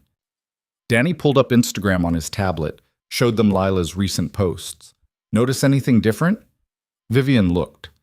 The photos from a month ago showed designer bags, expensive restaurants, luxury hotels. The recent ones were more carefully curated, expensive looking but generic. Coffee shops instead of champagne bars. Selfies instead of professional shots. She's running out of money too. Exactly. And when the money runs out, so does the fantasy. Danny swiped through more posts. I'd give them 3 months before she starts looking for her next meal ticket. Unless Adrian finds more money, Margaret said, which is why he's so desperate to get access to Vivian's assets. It's not about the house or his belongings. It's about his survival. One of the junior associates raised her hand like she was in class. What if he tries to force a sale of the house? Claim it's a marital asset even though it's in her name? He can try, but the law is pretty clear. Inherited property stays separate unless it's been substantially improved or commingled. Adrian's £5,000 contribution to a kitchen renovation 8 years ago isn't enough to establish a claim. Margaret looked at Vivian. Your father was smart putting everything in your name alone. He never trusted Adrian. Vivian said it quietly, remembering her father's careful questions before the wedding, his insistence on keeping the house separate. She'd thought he was being paranoid. Turned out he was being prescient. Smart man. Margaret closed the files, looked around at her team. Okay, here's what we're doing next. Danny, I want full financials on Lila Mercer. Where her money comes from, where it goes, any history of relationships with wealthy men. If there's a pattern, I want to know about it. On it. And I want surveillance on Adrian. Everywhere he goes, everyone he meets with. If he's planning something, I want advance warning. Legal surveillance? Is there any other kind? Margaret's smile was all teeth. Vivian, you're going to go back to your house today with Rebecca and start packing Adrian's things. Document everything. Photographs, itemized lists, condition reports. I want a paper trail showing we've been reasonable and thorough. What about his office? He's got things at Hartwell and Sterling. Not our problem. He can collect those himself. Margaret checked her watch. We've got 7 days to get his belongings packed and delivered. I want it done in 3, before he has time to claim we're dragging our feet. They worked through lunch, planning and strategizing, turning Vivian's destroyed marriage into a tactical operation. It felt strange, reducing 8 years of shared life to evidence and leverage. But it also felt necessary. Adrian had turned their relationship into a transaction the moment he started stealing from her. She was just playing by the rules he'd established. By 2 that afternoon, Vivian and Rebecca were back at the house, armed with boxes and garbage bags and a detailed inventory system. They started in the bedroom, pulling Adrian's clothes from the closet, folding them with mechanical efficiency. These suits cost a fortune, Rebecca said, checking a label. Savile Row. Does he actually need this many? He likes looking successful. Vivian packed them carefully, despite everything. Image matters in finance. Image doesn't pay the rent. Rebecca moved to the dresser, started on socks and underwear. How are you really doing? And don't say fine. Vivian sat down on the bed, her bed, in her house, that would stay hers. I keep waiting to fall apart. Everyone expects me to, I think. The crying, the ice cream, the burning his stuff on the lawn. But I just feel empty. Like I used up all my sadness somewhere along the way, and there's nothing left. That's not emptiness. That's clarity. Is it? You're seeing him clearly for the first time in years. No love goggles, no excuses, no hoping he'll change, just the reality of who he is and what he did. Rebecca folded a shirt, added it to the box. That's not empty. That's awake. They worked in silence for a while, methodically dismantling Adrian's presence from the house. His books went into boxes, his toiletries into bags, his collection of cufflinks into bubble wrap. Each item was a small memory. This tie he'd worn to their anniversary dinner 2 years ago, this watch she'd given him for his birthday, this cologne that used to make her stomach flip when she smelled it.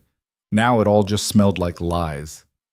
Vivian was packing his nightstand when she found another receipt, not for hotels or restaurants this time, for a jewelry store in Hatton Garden. £5,000 charged to his credit card 3 weeks ago. She checked the itemized list. An engagement ring. Rebecca. Her sister came over, looked at the receipt, went pale. He bought her a ring. While he was still married to me. While he was still sleeping in this bed. Vivian felt something hot and sharp behind her ribs, but her hand stayed steady. He was planning to propose. That absolute cheat. Rebecca grabbed the receipt, took photos from every angle. Margaret needs to see this. Vivian sent the images with shaking hands. The response came back within minutes. Perfect. This proves intent to continue the relationship and further asset dissipation. Keep looking. They found more. Love letters from Lila, printed out and tucked into his desk drawer. Plans for a vacation to Santorini, booked for next month. A lease agreement for a flat in Kensington. Adrian and Lila's names both on it, signed 2 weeks ago. He was going to move in with her, Vivian said, reading the lease. He had it all planned out. Leave me. Marry Lila. Start over. With your money. With my money. She photographed the lease, added it to the growing evidence file. Every piece of paper she found was another nail in Adrian's coffin, another proof that this wasn't a sudden decision or a mistake. It was calculated, methodical, cold. By evening, they had 10 boxes packed and a complete inventory of everything that belonged to Adrian. Clothes, books, electronics, personal papers, all of it documented, photographed, ready for delivery. Vivian called the storage company Margaret had recommended, arranged for pickup the next morning. Where should we send it? The dispatcher asked.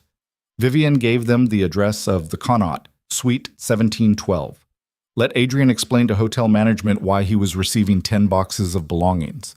Let him deal with the logistics and the cost and the embarrassment. That night, back at Rebecca's house, Vivian's phone started ringing. Adrian's lawyer calling to negotiate. She sent him to voicemail, forwarded the message to Margaret, and blocked the number. 2 minutes later, a different number called. She blocked that too. Then texts started coming in from numbers she didn't recognize but knew were Adrian. You're being ridiculous. I need my things. This is harassment. I could sue you for this. Fine, keep playing games. See where it gets you. She blocked each number as it appeared, a game of whack-a-mole that would have been funny if it wasn't so pathetic. Margaret had warned her this would happen. The extinction burst, she'd called it. When someone loses control, they fight harder before they accept defeat. But Vivian was done fighting. She was just watching Adrian destroy himself, one desperate move at a time. The next morning, the storage company picked up Adrian's boxes. By noon, Margaret received an angry email from Adrian's lawyer claiming they'd stolen his client's property. By 1, they had security footage from the Connaught showing Adrian signing for the delivery himself. He's flailing, Margaret said over the phone. This is good. Keep letting him flail. But that afternoon, things took a darker turn. Vivian was at a coffee shop near her office, meeting with a potential client, when a woman approached their table. Blonde, young, wearing sunglasses indoors. It took Vivian a moment to recognize her from Instagram photos. Lila Mercer. I'm sorry to interrupt, Lila said, her voice dripping with false sweetness. But I saw you sitting here and I thought we should finally meet properly, woman to woman. The client looked confused. Vivian felt her stomach drop. I don't think we have anything to discuss. Oh, I disagree. I think we have a lot to discuss. Lila pulled out a chair, sat down without being invited. Like how you're making Adrian's life hell because you can't accept that he's moved on. I'm in a meeting. This will just take a minute. Lila smiled at the client, all charm. You don't mind, do you? This is important. The client, a nervous woman in her 40s who'd been interested in hiring Vivian for brand consulting, looked between them uncertainly. Maybe I should... No, please stay, Vivian said, her voice level despite her racing heart. This woman is leaving. This woman has a name, Lila, and I'm not leaving until you hear what I have to say. Lila leaned forward, dropping the sweet act.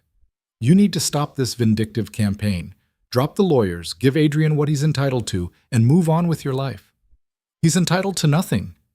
He lived in that house for 8 years. He contributed to the marriage. He deserves fair compensation. He stole 42,000 pounds. Lila waved a hand dismissively. That's his money too. You just want to punish him for falling in love with someone else. The client was gathering her things, clearly uncomfortable. Vivian felt the meeting slipping away, felt her professional reputation crumbling in real time. Please leave. Now. Or what? You'll call the police. Go ahead. I'd love to tell them how you're harassing Adrian, turning his life upside down because you're jealous. Lila's voice was getting louder, drawing attention from other tables. He told me what you're really like. Controlling, manipulative, cold. He said living with you was like living in a prison. I'm calling security. Vivian pulled out her phone, but Lila grabbed her wrist, the same wrist Adrian had grabbed, and for a moment Vivian was back in that restaurant, feeling the same helpless fury. But she wasn't helpless anymore. Vivian yanked her arm free, stood up, and spoke loud enough for everyone in the coffee shop to hear. "Get your hands off me. I don't know you, I didn't invite you here, and you need to leave. Now." The barista was already coming over, phone in hand. "Is there a problem?" "This woman is harassing me," Vivian said clearly. "I've asked her to leave, and she's refused. I'd like you to call the police." Lila's face went white, then red. "I'm not harassing anyone. I'm just trying to have a conversation." "By grabbing my wrist and disrupting my business meeting?" Vivian turned to the client, who was watching wide-eyed. "I apologize for this. This is my ex-husband's girlfriend, and she's been stalking me for days." "I'm not stalking." "You found out where I was, came here uninvited, sat down without permission, and physically grabbed me when I tried to leave. What would you call that?" The barista had his phone out now, filming. Other customers were doing the same. Lila seemed to realize suddenly that this wasn't going the way she'd planned, that she was the one looking unhinged in front of an audience. "Fine." She stood up, grabbed her bag. "But this isn't over, Vivian. Adrian's going to get what he deserves, and you're going to lose everything." "Funny," Vivian said quietly. "He said the same thing. How's that working out for him?" Lila left in a storm of designer perfume and barely contained rage. The client left 30 seconds later with an apologetic mumble about needing to think about things. And Vivian sat there in the sudden quiet, hands shaking, while the barista brought her a free coffee and asked if she was okay. She wasn't okay. She was furious and humiliated and tired of being ambushed by people who thought they could intimidate her into submission. But she was also vindicated, because half the coffee shop had just witnessed Lila Mercer assault her in public. She called Margaret from the bathroom, voice tight. "Lila just attacked me at a coffee shop. There are witnesses and video." "Are you hurt?" "No, but she grabbed my wrist, disrupted a client meeting, and made threats. She's escalating." "Good." Margaret's voice was calm, calculating. "Send me the location. I'll have Danny collect witness statements and get copies of the security footage. This is exactly what we need." "My client left, Margaret. She was scared off by this mess." "Then she wasn't the right client. Anyone who runs at the first sign of drama isn't worth having." A pause. "Are you really okay, Vivian? I'm tired of being everyone's punching bag." "Then we hit back. Harder. I'm filing for a restraining order against Lila Mercer, and I'm adding today's incident to our evidence of harassment. By the end of the week, neither she nor Adrian will be able to come within 100 meters of you." Vivian leaned against the bathroom wall, closed her eyes, and tried to remember who she'd been a week ago. A woman who made excuses for her husband's bad behavior. A woman who stayed quiet to avoid conflict. A woman who let people walk all over her because she didn't want to make waves. That woman was gone. In her place was someone harder, someone who'd learned that sometimes making waves was the only way to survive. She went back to the coffee shop, thanked the barista for his help, and gave him Margaret's card in case the police needed statements. Then she went home, to her house, with her new locks and her security cameras, and started planning her next move, because Adrian and Lila weren't the only ones who could escalate. That evening, Margaret sent through preliminary paperwork for the restraining order. It detailed every threatening message, every harassment incident, every time Adrian or Lila had violated Vivian's boundaries. Reading it was like watching her life compressed into legal language, reduced to facts and dates and exhibits. But it was also empowering. Because on paper, in black and white, the pattern was undeniable. This wasn't a messy divorce between two people who couldn't make it work. This was systematic abuse, financial theft, and coordinated harassment. And the law had remedies for that. Rebecca came by that evening with takeaway and wine and a determination to make Vivian talk about something other than the divorce. They ate pad thai on the sofa and watched terrible reality television. And for an hour, Vivian almost felt normal. Then her phone rang. An unknown number, which she normally would have ignored, but something made her answer. "Mrs. Hale?" A man's voice, professional and wary. "This is Simon Hartwell from Hartwell and Sterling. I'm Adrian Cross's supervisor." Vivian sat up straighter, waved at Rebecca to mute the TV. "Yes?" "I apologize for calling you directly, but I felt you should know. We've received some concerning information about Adrian's conduct, both professional and personal. I was hoping we could discuss it off the record." "What kind of information?" "The kind that suggests he's been misusing company resources and engaging in behavior that reflects poorly on the firm." A pause. I'd rather not discuss specifics over the phone. Would you be available to meet tomorrow? Vivian looked at Rebecca, who was listening with obvious curiosity. Can I bring my attorney? I'd prefer if you didn't. This is an informal conversation, not a legal matter. At least not yet. Then I'll need to record it. That's understandable. Tomorrow at 10? There's a cafe near our offices, Granger's on Bishopsgate. I'll be there. She hung up, immediately called Margaret, and relayed the conversation. Don't go, Margaret said flatly. It's a trap. What if it's not? What if Adrian really has been doing something at work and they want to know about it? Then they can request information through proper legal channels. This off-the-record meeting at a cafe nonsense is designed to get you talking without protection. Margaret sighed. But you're going anyway, aren't you? With my phone recording every word. Fine. But I'm sending Danny to sit at a nearby table as backup, and if anything feels off, you walk out immediately. The next morning, Vivian arrived at Granger's 15 minutes early. It was a sleek place, all exposed brick and industrial lighting, full of finance types having power breakfasts. Danny was already there, reading a newspaper at a corner table, looking like any other businessman starting his day. Simon Hartwell arrived exactly on time. He was in his late 50s, expensive suit, thinning hair, the kind of man who'd spent his entire life in banking and looked like it. He ordered tea with the careful precision of someone who took rituals seriously. Thank you for meeting me, he said once they were settled. I know this is unusual. You said there were concerns about Adrian. Yes. He added milk to his tea, stirred methodically. Adrian has worked for Hartwell and Sterling for 6 years. Until recently, his performance was adequate. Not exceptional, but adequate. However, over the past several months, we've noticed irregularities. What kind of irregularities? Missed deadlines, poor client management, unusual expense claims. We initially attributed it to personal stress, but then we started getting complaints. From clients, from colleagues, from support staff. He looked at her directly. One of our analysts came forward yesterday with allegations that Adrian has been using company credit cards for personal expenses. Significant personal expenses. Vivian's heart rate picked up. How significant? We're still investigating, but preliminary findings suggest upwards of £20,000 over the past 4 months. Hotels, restaurants, retail purchases, none of it work-related. And you're telling me this because? Because Adrian's listed you as his emergency contact. Because we need to understand whether this is a personal crisis or something more serious. And because, he paused, chose his words carefully. Because we've heard about your divorce proceedings, and we need to know if this is going to become a legal matter that impacts the firm. Vivian pulled out her phone, made a show of placing it on the table.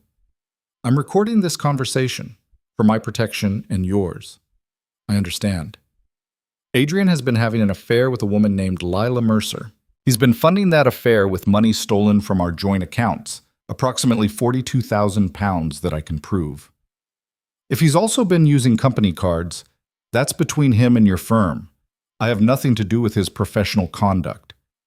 Has he made any statements to you about financial difficulties at work? Adrian hasn't made any statements to me about anything. We're not in contact except through our attorneys. She leaned forward slightly.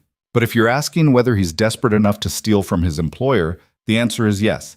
He's broke, he's supporting an expensive girlfriend, and he's trying to maintain a lifestyle he can't afford.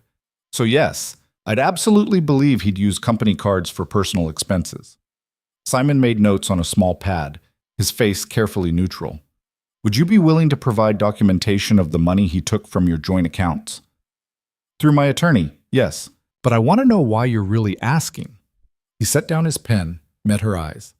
Because we're preparing to terminate Adrian's employment, and we want to make sure we have all the facts before we do. If he's stolen from the company, we'll pursue legal action, but we need to build an airtight case. You want my evidence to support your case against him. I want to make sure a man who's demonstrated a pattern of theft doesn't get away with it, don't you? Vivian thought about it. About Adrian losing his job on top of everything else. About him being completely destroyed, not just divorced, but unemployed and possibly facing criminal charges. A week ago, the thought would have made her feel guilty. Now it just felt like justice. I'll have my attorney send over what we have, but but I want it on record that I'm cooperating voluntarily, not because I owe your firm anything." "Understood." Simon finished his tea, left cash on the table for both of them. "I appreciate your honesty, Mrs. Hale, and I'm sorry you've been put through this." "So am I." He left, and Vivian sat there for a long moment before Danny came over and slid into the vacated seat. "That was interesting," he said. "You heard?" "I heard enough. He's building a case against Adrian, and he wants your ammunition." Danny pulled out his phone, showed her photos he'd taken of Simon entering and leaving. "Question is, do you give it to him?" "Margaret will know what to do." They left separately, Vivian walking to clear her head before calling Margaret. The streets were busy with morning commuters, everyone rushing to jobs and meetings and lives that weren't falling apart. She felt disconnected from all of it, like she was watching from behind glass. When she finally called, Margaret listened to the whole story without interrupting. "This is good," she said when Vivian finished. "Very good. If Adrian's fired for theft, it impacts the divorce settlement. He can't claim he needs maintenance or that he deserves assets when he's unemployed due to his own criminal behavior. So we cooperate?" "We cooperate strategically. I'll provide Simon Hartwell with limited documentation, enough to support their investigation, but not so much that we show our full hand, and we make it clear that we're doing this as a courtesy, not an obligation." "Will Adrian find out we helped?" "Eventually, probably. Does that bother you?" Vivian thought about Adrian's face in court, about his threats outside the courthouse, about Lila grabbing her wrist in that coffee shop. "No, not even a little bit." "Good, because we're entering the end game now, Vivian. The restraining order hearing is in 3 days. Adrian's likely to be fired within the week. Lila's going to realize her meal ticket is gone and start looking for an exit.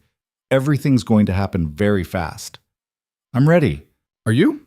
"Because once Adrian loses his job, he's going to have nothing to lose. And people with nothing to lose do dangerous things." Vivian looked around at the London streets, at the city she'd lived in for a decade, and felt something settle in her chest. Not fear, not anymore. Just a cold, clear determination to finish what she'd started. "Then we'll deal with it. Whatever he does, we'll deal with it." Margaret was quiet for a moment. "You've changed." "Yes." "Good. The old Vivian wouldn't have survived this. The new one might actually win." That night, Vivian stayed in her own house for the first time since the dinner at Lumiere. She walked through empty rooms that echoed without Adrian's presence, sat in silence that felt more peaceful than lonely. The house was hers again. Really hers. Not a marital home or a shared asset, just hers. She made dinner, drank wine, and went to bed early. And for the first time in months, she slept through the night without waking. But the calm wouldn't last. Because 3 days later, the restraining order hearing arrived, and with it, the moment when Adrian finally realized he'd lost everything that mattered. The restraining order hearing fell on a Thursday morning, gray and cold enough that Vivian could see her breath when she stepped out of Rebecca's car. They'd driven together in silence, Rebecca's hand occasionally reaching over to squeeze hers, a wordless reminder that she wasn't alone in this. Margaret was waiting outside the courthouse, flanked by her junior associates, all of them dressed like they were going into battle, which Vivian supposed they were. "How are you feeling?" Margaret asked. "Like I'm about to watch my life get dissected in front of strangers." Again. "Good. Channel that." Margaret handed her a folder. "This is everything we're presenting today. The assault at the restaurant, the threatening messages, the incident at the coffee shop with Lila. The judge is going to ask you direct questions. Answer honestly, don't embellish, and don't let Adrian or his lawyer bait you into losing your temper." "Well, what about Lila? Will she be here?" "She was served with notice, so she should be. Whether she shows up is another question." Margaret checked her watch. "We've got 15 minutes. Let's go over your testimony one more time." They found a quiet corner and rehearsed. What happened at Lumiere, how Adrian had grabbed her wrist, the exact words he'd used. The phone calls and texts that had followed. Lila's confrontation at the coffee shop, the witnesses who'd seen it, the video footage the barista had provided. Each incident was a brushstroke in a larger picture, and Margaret was determined to make that picture crystal clear.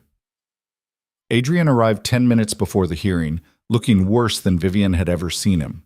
His suit was wrinkled, his face unshaven, dark circles under his eyes like bruises. He was alone, no lawyer in sight. "Where's his attorney?" Vivian whispered to Margaret. Probably dropped him. Clients who can't pay tend to lose representation quickly. Margaret's expression didn't change, but Vivian could hear the satisfaction in her voice. This is going to be easier than I thought. They filed into the courtroom, smaller and more cramped than the last one. The same judge from the property hearing presided, and she looked at Adrian with open disapproval when she realized he was representing himself. Mr.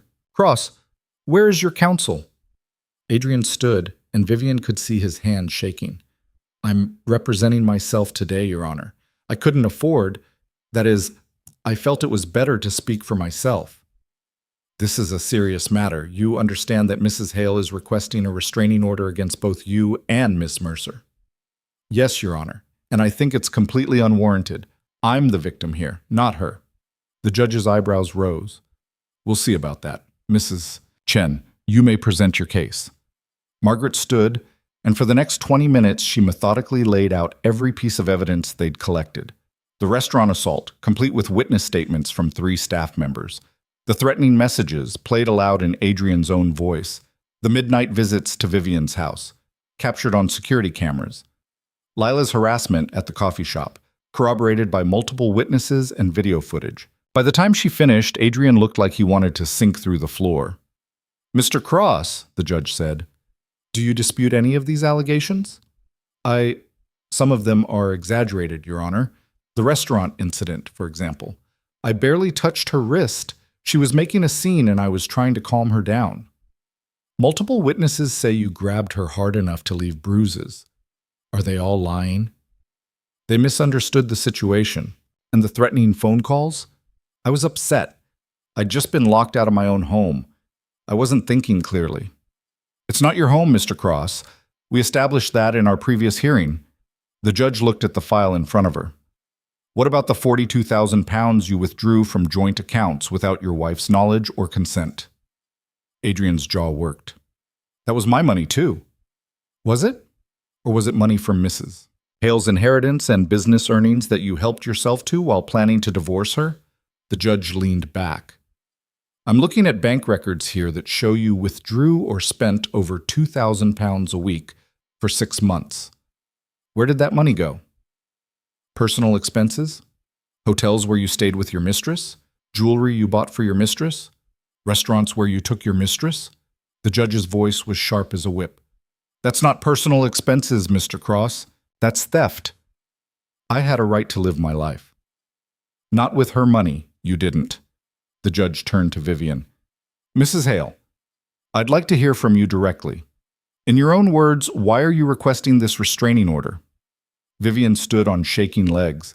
This was it, the moment to tell her truth in front of the man who'd tried to erase it. Because I'm afraid of what he'll do next, Your Honor. Adrian doesn't accept that our marriage is over. He doesn't accept that the house is mine, that the money he stole needs to be returned, that he can't just take what he wants anymore. Every time a court rules against him, he escalates. He threatens me, he shows up at my house. He has his girlfriend harass me in public. I don't know what he's capable of, but I know I don't feel safe, and I shouldn't have to feel unsafe in my own life. Have you had direct contact with Ms. Mercer beyond the coffee shop incident? She sent me threatening text messages. She's posted about me on social media, making accusations that I'm vindictive and cruel. She sent me a photo of her and Adrian in bed together with a message telling me to let him go.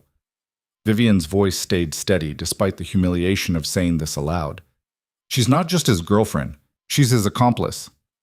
And Ms. Mercer is not here today to defend herself.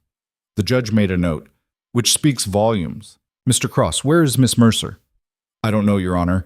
We've been having some difficulties. Difficulties? Adrian's face flushed. She left 3 days ago. Said she couldn't deal with the stress anymore. A ripple went through the courtroom. Even Margaret looked surprised, though she recovered quickly. Vivian felt something between vindication and pity. So Danny had been right. The money dried up, and Lila disappeared. How predictable. So the woman you destroyed your marriage for has abandoned you. The judge didn't sound sympathetic. And now you're alone, unemployed. Yes, Mr. Cross, I've been informed about your termination from Hartwell and Sterling and facing multiple legal battles. Do you understand how serious your situation is?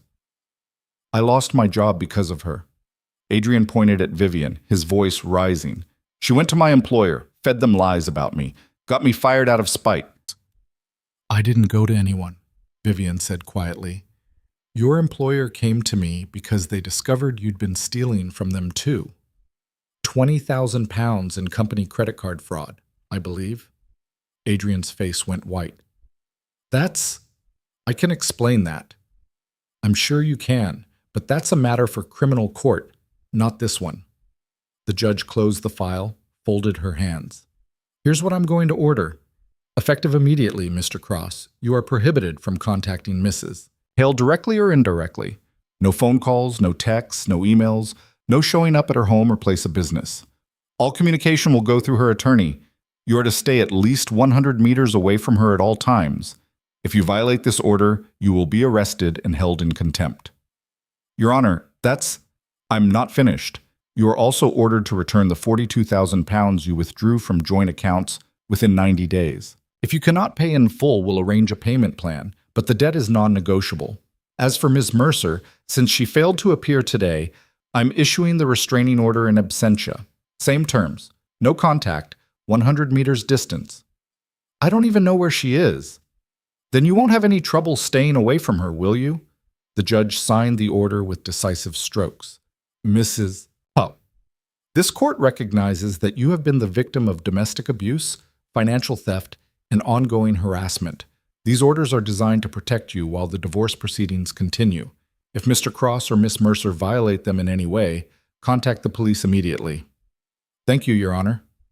Don't thank me yet. You've still got a long road ahead. The judge looked at Adrian with something like disgust. Mr. Cross, I suggest you get your life together. Find a job, find a lawyer, and find some integrity, because the way you've conducted yourself is shameful. We're adjourned. The gavel came down, and it was over. Vivian felt Rebecca's arm around her shoulders, felt Margaret's hand squeeze her elbow in congratulations. But she couldn't stop looking at Adrian, slumped in his chair like all the air had gone out of him. He'd lost everything: job, girlfriend, money, dignity. And the worst part was, he'd done it all to himself. They filed out of the courtroom into weak autumn sunlight. Margaret was already on her phone calling her office with updates. Rebecca was talking about celebratory lunch, but Vivian just felt tired, like she'd been running for miles and only now realized she could stop. Vivian. She turned. Adrian was standing a careful 100 meters away at the edge of the courthouse plaza. He looked small from that distance, defeated in a way she'd never seen him. Don't, Margaret said. Don't engage. I'm not going to. Vivian took a breath. I just want to look at him. Really look at him. She studied the man she'd loved for 9 years, married for 8, tried to find the person she'd fallen for in that gallery all those years ago. The charming, confident man who'd made her laugh, who'd promised her forever, who'd stood at an altar and vowed to love her in sickness and health, for better or worse. He wasn't there. Maybe he'd never been there. Maybe she'd just wanted him to be. Adrian raised his hand, a small gesture that might have been hello or goodbye or apology. Vivian didn't wave back. She just turned around and walked away, Rebecca and Margaret flanking her like bodyguards, and didn't look back. They had lunch at a wine bar in Soho, the 3 of them tucked into a corner booth. Margaret ordered champagne despite Vivian's protests, insisting that victories had to be celebrated even when they felt hollow. What happens now? Vivian asked, picking at a salad she had no appetite for. Now we wait for his next move. He's got 90 days to return the money. He'll probably file for bankruptcy, claim he can't pay. Margaret cut into her steak with surgical precision. We fight that, we prove he can work and earn, and we make him pay back every penny, even if it takes years. What if he just disappears, leaves the country? With what money? He's broke, unemployed, and now has a court order hanging over his head. Plus, we've already flagged his passport with the court. If he tries to leave the UK, we'll know. Rebecca poured more champagne, raised her glass. To Adrian Cross, officially the most pathetic man in London. Vivian couldn't help but smile. That's mean.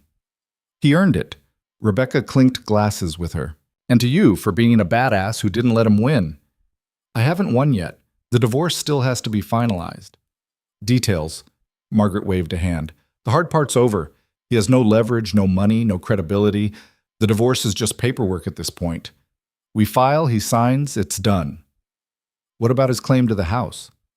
Dead in the water. The house is yours, provably yours, and he has no legal grounds to claim otherwise. The $5,000 he contributed to the kitchen renovation 8 years ago doesn't establish ownership. Margaret pulled out her tablet, started making notes.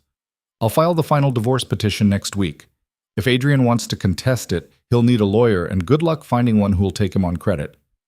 Vivian should have felt relieved, should have felt victorious, but all she felt was exhausted, like her bones were made of lead. Can I ask you something? Anything. Do you think I'm vindictive? Lila said I was being vindictive, and Adrian thinks I'm trying to destroy him out of spite. Am I? Margaret set down her fork, looked at Vivian with the same serious expression she used in courtrooms. You want the truth? Always. Then yes, you're being vindictive. You're going after him with everything you've got, using the legal system to punish him for what he did. But here's the thing, you're entitled to be vindictive. He stole from you, he abused you, he tried to take your home. Vindictive is the appropriate response to that. Anyone who says otherwise is either naive or complicit. I just don't want to become the kind of person who destroys people for revenge. You're not destroying him for revenge. You're holding him accountable for his actions. There's a difference. Margaret leaned forward. Listen to me. Women are taught that anger is unbecoming, that we should be forgiving and understanding even when we're the victims. That standing up for ourselves makes us difficult or bitter or vindictive. It's garbage. All of it. You have every right to be angry, every right to demand justice, and every right to make sure he pays for what he did. That's not vindictive. That's self-respect. Rebecca raised her glass again. What she said. They finished lunch and parted ways, Margaret heading back to her office, Rebecca taking Vivian home. But when they pulled up to the house, there was someone sitting on the front steps. Not Adrian. The restraining order was too fresh for him to be that stupid. A man Vivian didn't recognize, mid-40s maybe, dressed casually in jeans and a jacket. He stood when he saw them, raised his hands in a non-threatening gesture. Mrs. Hale, I'm sorry to show up unannounced. My name is Nolan Pierce. I'm a friend of your father's. Vivian's father had been dead for 5 years. What do you want? Just to talk. About your father, and about something he asked me to do a long time ago. Nolan pulled out a business card, handed it to Rebecca when Vivian didn't take it. I'm an estate attorney. Your father retained me shortly before he passed, asked me to keep an eye on certain things. I think it's time we talked about them. Vivian looked at Rebecca, who shrugged. You want me to stay? Please. They went inside, Vivian keeping space between herself and this stranger who claimed to know her father. Nolan sat in the living room, declining tea, looking around the house with obvious familiarity. I was here once before, he said. Your father invited me over when he first bought this place. He was so proud of it, so determined to make sure it stayed in the family. He looked at Vivian. He knew, about Adrian. What? Not the specifics, but he knew the kind of man your husband was. A user. Someone who'd take and never give back. Nolan pulled a folder from his bag. That's why he structured your inheritance the way he did. The house in your name only, money and trust that Adrian couldn't access, provisions that protected you even in divorce. Vivian felt her throat tighten. He never said anything. He didn't want to interfere. You loved Adrian and your father respected that, but he also wanted to make sure you'd be protected if things went wrong. Nolan opened the folder, showed her documents she'd never seen. He also set up something else, a fund, separate from your inheritance that was to be released only under specific circumstances. What circumstances? Divorce initiated by Adrian, or evidence of infidelity, or financial abuse. Any of those triggers, and the fund becomes accessible to you. He handed her a bank statement. There's £150,000 waiting for you, Vivian. Your father wanted to make sure you'd have the resources to fight back if you needed to. Vivian stared at the number, feeling tears prick her eyes for the first time in weeks. Her father, gone 5 years, still protecting her, still believing in her. I didn't know. He made me promise not to tell you unless it was necessary. He hoped it never would be. Nolan's expression softened. But he also told me that if the day came, I was to tell you something. He said, tell my daughter she's stronger than she knows, and she deserves better than settling for less. The tears came then, hot and sudden and impossible to stop. Rebecca was there immediately, arms around her, holding her while she cried for her father and for her marriage and for the years she'd wasted on a man who'd never deserved her. He was a good man, Nolan said quietly, and he raised a good daughter. I'm sorry you're going through this, but I'm glad I could finally give you what he wanted you to have. They talked for another hour, Nolan explaining the fund's structure and how to access it. It was unconditional money, no strings attached, designed purely to give Vivian security and freedom. By the time he left, she had access to resources that changed everything. £150,000, Rebecca said when they were alone. That's substantial. It's a safety net I didn't know I had. Vivian looked at the documents spread across the coffee table. Adrian thought he could bankrupt me, wear me down until I gave up. He had no idea. Nobody did. Your father was smart, keeping this secret. He was protecting me even from myself, from my own bad judgment. Vivian wiped her eyes, felt something shift inside her. I could pay Margaret's fees in full. I could take months off work if I needed to, not worry about clients. You could do whatever you want. That's the point. Rebecca squeezed her hand. What do you want? Vivian thought about it, really thought about it. A week ago, she would have said she wanted her marriage back, wanted things to go back to normal. But normal had been a lie, and her marriage had been a prison she'd been too comfortable in to recognize. I want to finish this, she said finally. I want the divorce finalized, Adrian out of my life permanently, and every penny he stole returned. And then I want to build something new, something that's completely mine. Then that's what we'll do. That night, Vivian sat in her father's study, surrounded by his books and the smell of old leather. She found the photo she was looking for tucked into a frame on his desk. Her at her wedding, smiling in white lace, her father beside her in his suit. He wasn't smiling in the photo. She thought it was just his usual serious expression, but now she wondered if he'd known even then that she was making a mistake. I wish you'd told me, she said to the photo. I wish you'd said something. But of course he couldn't have. She'd been in love, or thought she was, and nothing he said would have changed her mind. She had to learn this lesson herself, the hard way, through heartbreak and theft, and the slow realization that love wasn't enough when it was one-sided. Her phone buzzed, a text from an unknown number. I heard about the restraining order. Congratulations on ruining his life. Lila, apparently still bitter, even from wherever she'd run off to. Vivian blocked the number without responding, then called Margaret to report it. She's violating the order already, Margaret said, sounding pleased. Screenshot everything, forward it to me. If she keeps this up, we'll have her arrested. She's not worth it. Maybe not, but compliance is. Margaret paused. How are you doing? Really? Better than I expected. Tired, but better. Vivian looked around the study, at the life her father had built. My father left me money, a lot of it. Enough to see this through without compromise. Smart man. The smartest. He knew what Adrian was before I did. Fathers usually do. Margaret's voice gentled slightly. Get some rest, Vivian. Tomorrow we start building your new life. Tonight, just breathe. Vivian did. She breathed and she rested, and for the first time in 9 years she slept in a house that was completely hers without a single part of her wishing someone else was there. The next week passed in a blur of legal filings and financial audits. Margaret filed the final divorce petition, requesting full dissolution of the marriage, return of all stolen funds, and a complete separation of any remaining assets. Adrian had 14 days to respond. He responded in 11 through a court-appointed lawyer who looked exhausted before the meeting even started. They met in Margaret's conference room, Vivian on one side of the table, Adrian and his attorney on the other. Adrian looked worse than he had at the restraining order hearing, thinner, older, like he'd aged a decade in 2 weeks.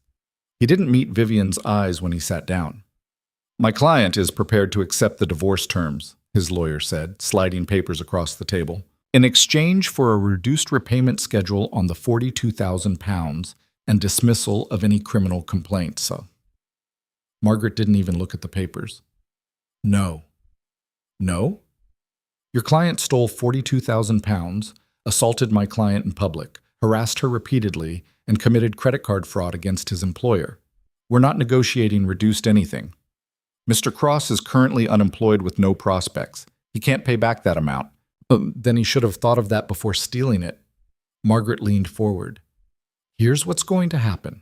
Mr. Cross will accept the divorce terms as written. He will agree to a payment plan for the full £42,000 with interest, and he will sign a non-disparagement agreement preventing him from speaking publicly about my client or their marriage. In exchange, we won't pursue criminal charges for the theft from joint accounts. That's completely unreasonable. No, what's unreasonable is your client expecting mercy after what he's done. Margaret turned to Adrian directly. You wanted out of this marriage. Fine. But you don't get to leave with her money, her dignity, or her peace of mind. You get to leave with nothing but the consequences of your own actions. Adrian finally looked up, met Vivian's eyes across the table. Is that really what you want? To destroy me completely? Vivian had thought about this moment, about what she'd say when she finally had the chance to tell Adrian exactly how she felt. All the speeches she'd rehearsed, all the accusations she'd wanted to hurl. But sitting there, looking at him, she realized she didn't have anything to say. He wasn't worth her words anymore. I don't want to destroy you, Adrian. I just want you gone. Something flickered across his face, hurt, maybe, or recognition. I loved you, in the beginning. Maybe you did. But love doesn't steal. Love doesn't abuse. Love doesn't lie for 6 months while planning an exit strategy. Vivian stood up. Sign the papers or don't. Either way, this marriage is over. You just get to decide whether you do it the easy way or the hard way. She walked out of the conference room, leaving Margaret to handle the details. Rebecca was waiting in the lobby, and together they walked out into a London afternoon that felt lighter than it had in months. Did he sign? Rebecca asked. I don't know. I don't care. Vivian tilted her face toward the sun, weak though it was. Either way, I'm done. Her phone rang an hour later, Margaret triumphant. He's signed. Everything. The divorce, the repayment plan, the non-disparagement agreement. It's over, Vivian. You're free. Free. The word sounded foreign, like a language she'd forgotten she knew. Vivian sat down on a bench outside her office building and tried to absorb it. After 9 years together, 8 years married, 6 months of hell, it was just over. Done. Finished. What happens now? Now we wait for the court to process the paperwork. Should be finalized in about 8 weeks. The repayment plan starts immediately. He owes you £1,000 a month until the debt is cleared. If he misses a payment, we can pursue legal action. Will he actually pay? He'll have to. I've arranged for automatic deductions from any employment income. The minute he gets a job, the money comes to you. Margaret paused. How does it feel? Vivian thought about it, searching for the right words. Empty. Like I should feel victorious, but I just feel tired. That's normal. You've been in survival mode for weeks. Now that the threat's gone, your body's crashing. Margaret's voice softened. Take some time, Vivian. Rest. Heal. Figure out who you are without him. I don't know who that is anymore. Then you get to find out. That's the gift in all of this. You get to become whoever you want to be. That night, Vivian went back to Rebecca's house and slept for 14 hours straight. When she woke up, the world looked different. Brighter, maybe? Or maybe she was just seeing it clearly for the first time in years. She spent the next few weeks settling back into her life. Clients who'd been nervous about the drama started calling again. Her business, which she'd been too distracted to run properly, began to stabilize. She moved fully back into her house, reclaiming spaces that had felt haunted by Adrian's absence. And slowly, carefully, she started to remember what it felt like to be just Vivian. Not Adrian's wife, not the woman scorned, not the victim fighting back, just herself. She was having coffee with a potential client 6 weeks after the divorce was finalized when she saw him. A man sitting alone at a corner table, reading a book, looking comfortable in his own skin in a way that caught her attention. He glanced up, caught her looking, smiled. She looked away, embarrassed. Focused on her client meeting, tried to ignore the way her heart had kicked up for just a moment. When the meeting ended and she was gathering her things, He appeared beside her table. Up close, he was handsome in an understated way, dark hair graying at the temples, kind eyes, the kind of face that looked like it smiled often. "I'm sorry to interrupt," he said, "but I couldn't help overhearing part of your meeting. You're a brand consultant." "I am. I'm Nolan Pierce. We actually met a few weeks ago, at your house. I handled your father's estate." He offered his hand and she shook it, remembering. "I have a friend who's looking for exactly your expertise. Would you mind if I passed along your information?" "Not at all." Vivian handed him a business card, noticed he wasn't wearing a wedding ring, then immediately felt guilty for noticing. "Thank you." He pocketed the card, started to leave, then turned back. "I know this is forward and feel free to say no, but would you like to have coffee sometime? Not business, just coffee." Vivian opened her mouth to say no, that she'd just gotten divorced, that she wasn't ready. But then she looked at this man who was asking politely, who'd helped her when he didn't have to, who was looking at her like she was a person worth knowing rather than a problem to solve. "Yes," she said. "I'd like that." "Really?" He looked surprised, pleased. "I'll call you this week then, if that's okay." "It's okay." She watched him leave, feeling something unfamiliar stirring in her chest. Not love. She was far too smart and too scarred for that. But maybe interest. Maybe possibility. Maybe just the simple recognition that her life wasn't over. It was just beginning again. Nolan called 3 days later on a Wednesday evening when Vivian was working late in her home office. She'd been staring at spreadsheets for hours, trying to focus on client projections, but her mind kept wandering to places she didn't want it to go. The sound of her phone ringing made her jump. "Vivian, it's Nolan Pierce. Is this a bad time?" "No, actually, I could use a distraction from quarterly forecasts." She saved her work, closed her laptop. "How are you?" "Good. Busy, but good."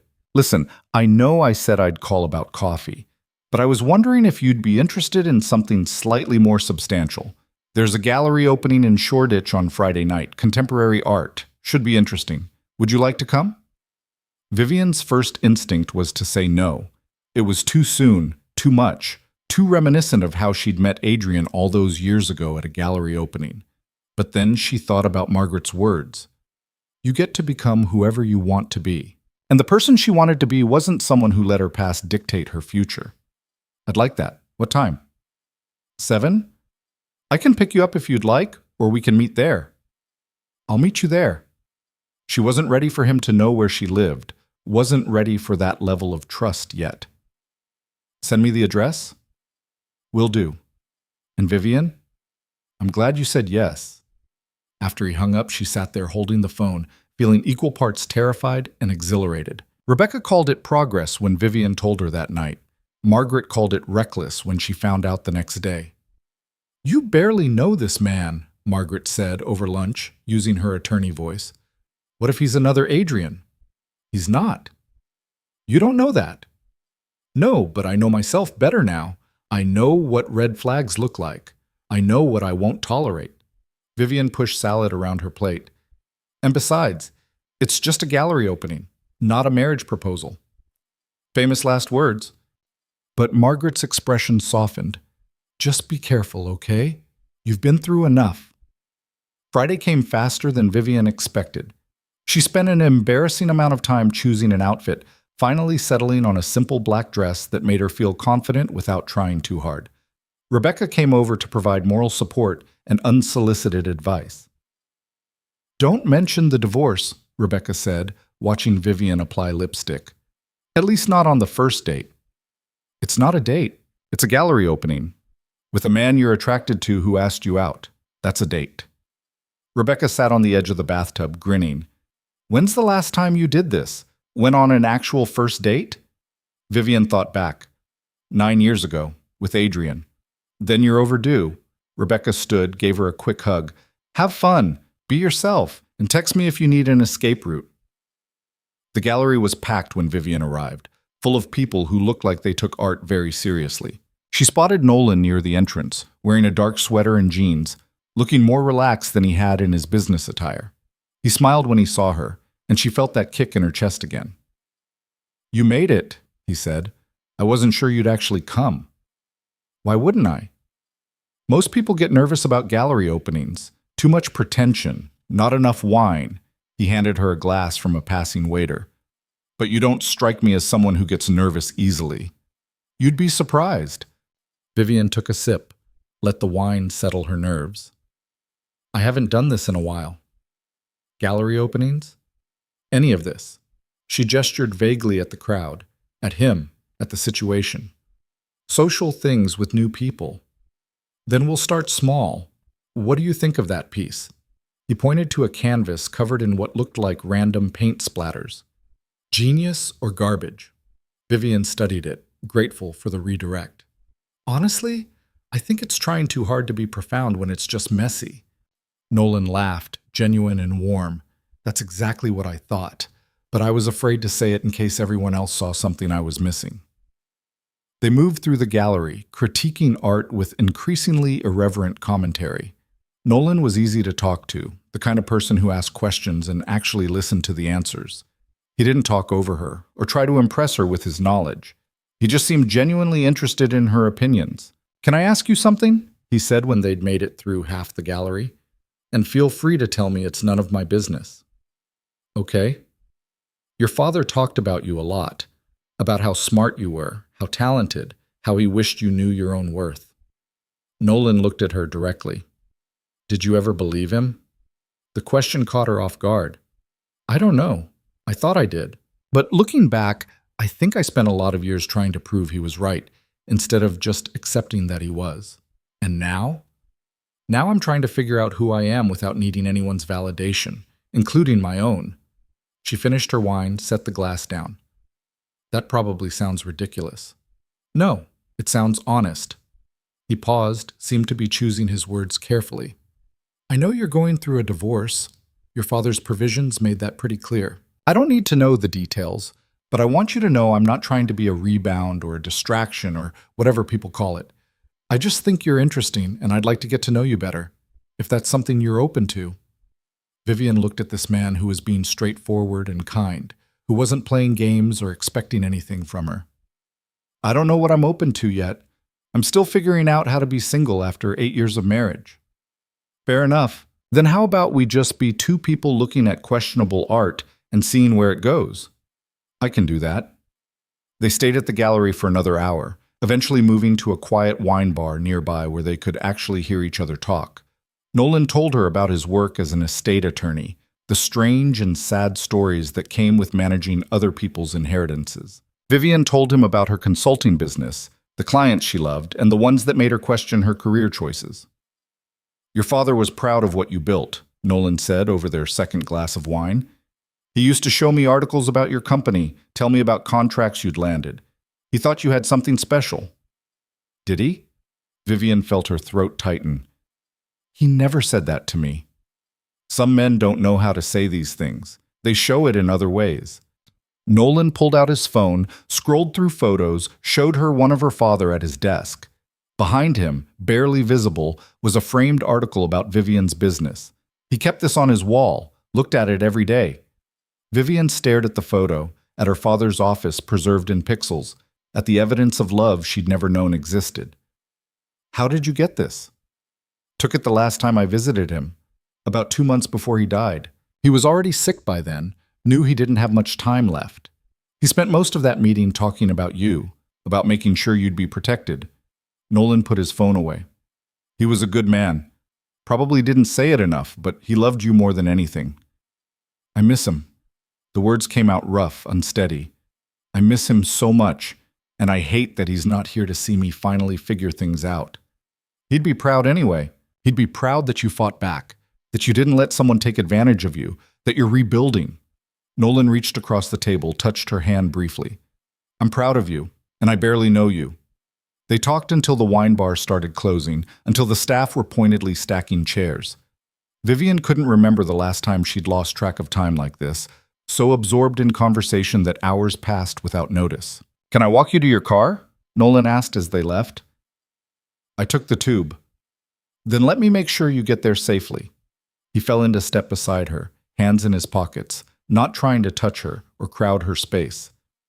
"When can I see you again?" "I don't know. Soon?" Vivian stopped at the tube entrance, looked at him. I need to be honest with you. I'm a mess right now. The divorce is finalized, but I'm still dealing with the fallout. My ex-husband owes me money he probably can't pay. His girlfriend is harassing me from wherever she ran off to, and I'm trying to rebuild a life I don't fully understand yet. That's a lot of baggage. Everyone has baggage. Yours just happens to be recent and well documented. Nolan smiled. I'm not asking you to be perfect or have everything figured out. I'm just asking if I can take you to dinner next week, somewhere nice where we can talk more. No pressure, no expectations. Okay, yes, I'd like that. He didn't try to kiss her, didn't push for more than she was ready to give, just smiled, said goodnight, and watched until she was safely through the turnstiles before walking away. Vivian rode the tube home feeling lighter than she had in months, maybe years. When she got back to her house, truly hers now, she found herself smiling for no particular reason. Rebecca called within minutes of her walking through the door. Well, how was it? Good. Really good, actually. Details. I need details. We looked at art, drank wine, talked about my father. He asked me to dinner next week. And you said yes? I said yes. Vivian kicked off her shoes, collapsed on the sofa. Is that crazy? Am I crazy for even considering dating someone right now? You're not crazy. You're human, and you deserve to have good things happen to you. Rebecca paused. But be careful, okay? Take it slow. You're still healing. I know. Vivian looked around her living room, at the space she'd reclaimed from Adrian's presence. But I think I'm ready to start living again. Not just surviving, but actually living. She went to bed that night feeling hopeful for the first time since the divorce. But hope, as she'd learned, could be fragile. And Adrian wasn't done making her life difficult. The first payment came through on schedule, deposited directly into Vivian's account. £1,000, the first installment of 42. It should have felt like victory. Instead, it felt like a reminder that Adrian would be part of her financial life for the next 3.5 years. Margaret called the day after the payment cleared. He's working again, some entry-level position at a smaller firm. They're garnishing his wages directly. Good. There's something else. Danny's been keeping tabs on him, and Margaret hesitated, which was never a good sign. He's been posting on social media, about you indirectly. Nothing that violates the non-disparagement agreement technically, but definitely skirting the line. Vivian felt her stomach drop. What's he saying? Vague posts about betrayal and vengeful women. Nothing with your name, but anyone who knows you both would understand who he's talking about. Margaret's voice hardened. I can send him a cease and desist, remind him what he signed. Do it. I'm done letting him control the narrative. The cease and desist went out that afternoon. By evening, all of Adrian's posts had been deleted. But the damage was done. Vivian started getting messages from mutual acquaintances, people asking if she was okay, people taking sides without knowing the full story. She ignored most of them. But one message caught her attention, from a woman named Claire who'd been in their wedding party. I can't believe what Adrian's been saying about you. I know it's none of my business, but I wanted you to know. I saw him at a bar last week with Lila. They were together. Whatever he's posting about moving on is a lie. Vivian stared at the message, feeling something cold settle in her chest. Lila was back, which meant the harassment would probably start again too. She was right. 2 days later, a package arrived at her office. No return address, just her name in handwriting she didn't recognize. Inside was a USB drive and a note. Thought you should know what your ex really thinks of you. Every instinct told her not to plug it in, not to engage with whatever game this was. But curiosity won. She inserted the drive into her laptop, found a single audio file. It was a recording of Adrian, drunk and bitter, talking to someone, probably Lila, about Vivian. The words were vicious, personal, designed to hurt. He called her cold, frigid, a control freak who'd driven him away. He said marrying her had been the biggest mistake of his life. He said things about her body, her personality, her worth that made her feel physically ill. Vivian listened to the whole thing, then forwarded it to Margaret without comment. Margaret called back within the hour. That's a clear violation of the non-disparagement agreement. We can take him back to court, potentially hold him in contempt. He probably doesn't even know she recorded it. Doesn't matter. He said it It exists, and it's being used to harass you. Margaret's voice was ice. Let me handle this. What will you do? Remind them both that actions have consequences, and that we're not afraid to use the legal system to enforce our rights. A pause. How are you doing? Really? Vivian thought about it. A week ago, hearing Adrian say those things would have destroyed her. But now, having heard them, she just felt tired. I'm okay. It hurts, but it doesn't break me. Does that make sense? Perfect sense. You're healing. Margaret filed a motion for contempt that afternoon. The hearing was scheduled for 2 weeks out, which gave Adrian plenty of time to panic. Vivian spent those 2 weeks trying to move forward with her life, having dinner with Nolan, rebuilding her client base, learning to sleep without nightmares. The dinner with Nolan became a regular thing. Once a week, they'd meet at different restaurants around London, talking about everything except her divorce. He told her about his daughter from his first marriage, a university student studying medicine. She told him about her business dreams, the consulting empire she wanted to build. You should do it, he said over Italian food on their 4th dinner. Expand, hire people, become the firm everyone wants to work with. That takes capital I don't have right now. Your father's fund is for security, not risk. Vivian shook her head. I need to build this myself. Prove I can do it without safety nets.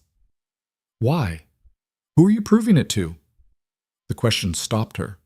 Who was she proving it to? Her father was dead. Adrian was gone. The only person left was herself, and she was tired of having something to prove. I don't know anymore, she admitted. Maybe I'm just scared of failing. Then fail. Build something. Watch it not work. Learn from it. Try again. Nolan leaned forward, earnest. You spent 8 years playing it safe in a marriage that wasn't working. Maybe it's time to take some risks that actually matter. She thought about that for days. About risk and safety, and the difference between being careful and being afraid.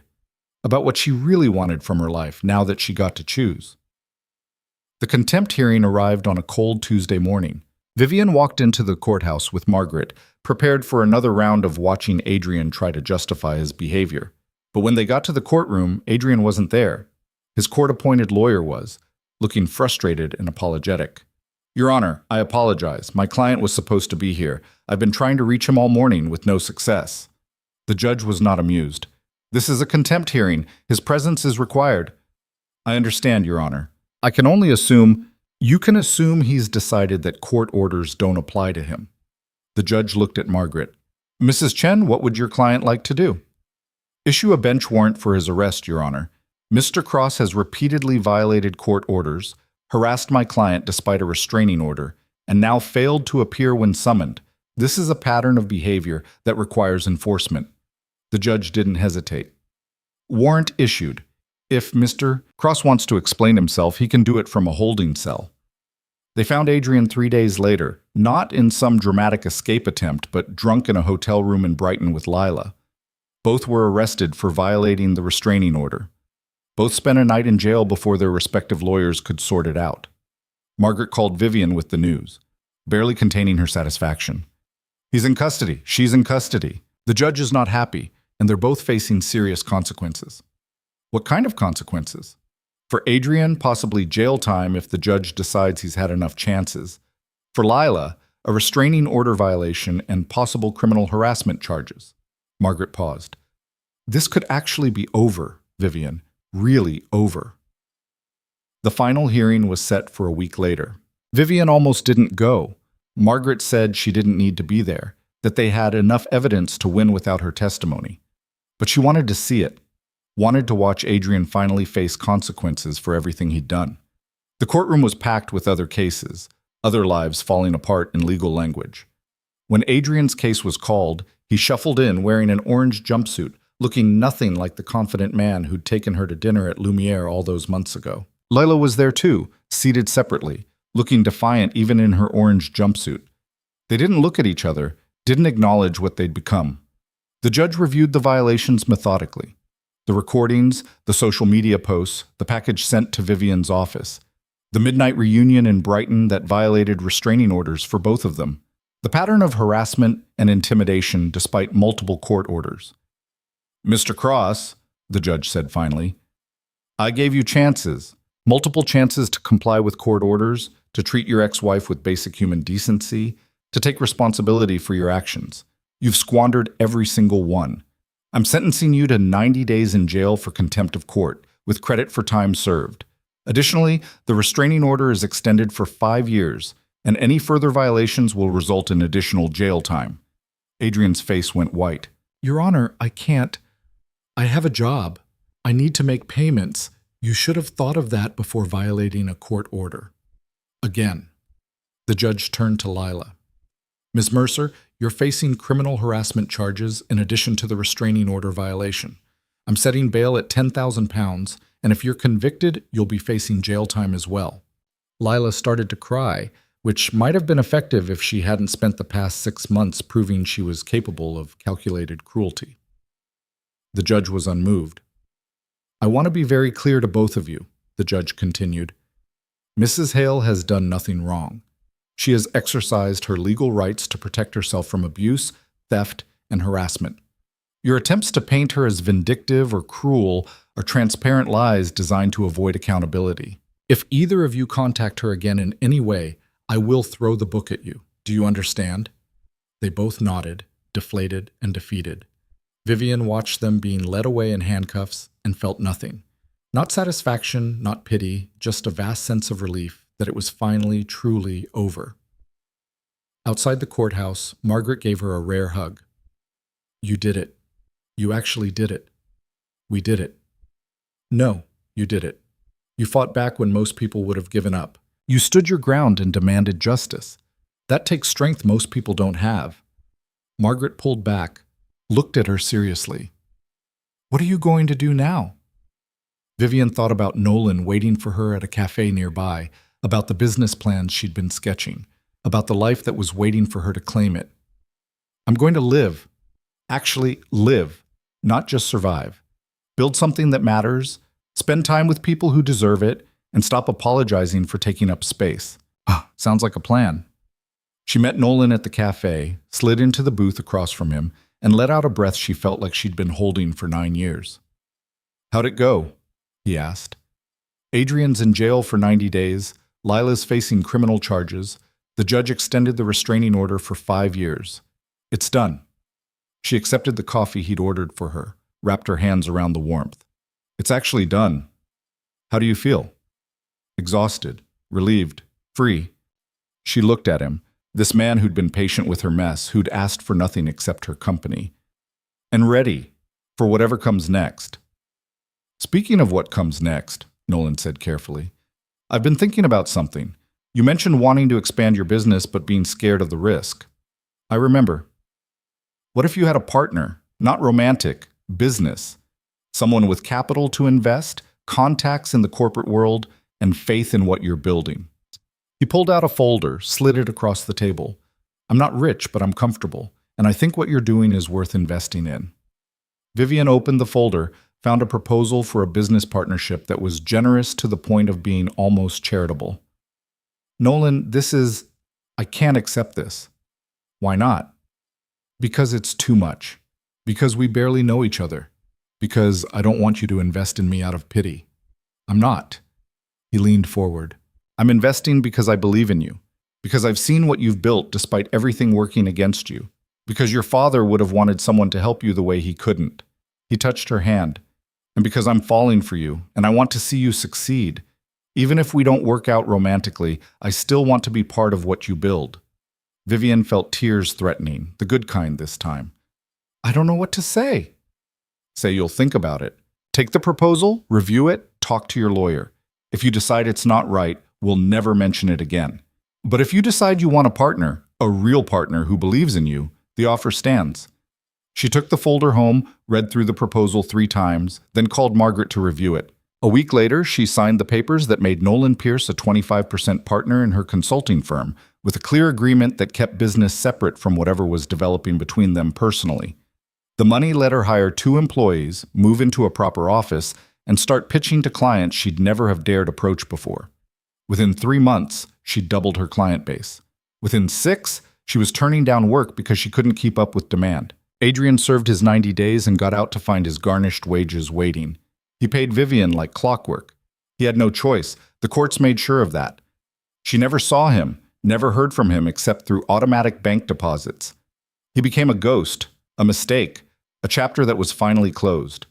Lila took a plea deal on the harassment charges, avoided jail time, but ended up with a record and a restraining order that would follow her for years. The last Vivian heard, she'd moved to Manchester, was working retail, had traded Instagram glamour for real-life consequences. Vivian didn't celebrate their suffering. She just acknowledged it existed and moved on with her own life. A year after the divorce was finalized, Vivian stood in her house, the house her father had left her, the house that had always been hers, and looked around at what she'd built. Photos of her and Rebecca on the mantle, her business awards on the wall, fresh flowers in the kitchen. A life that was completely, authentically hers.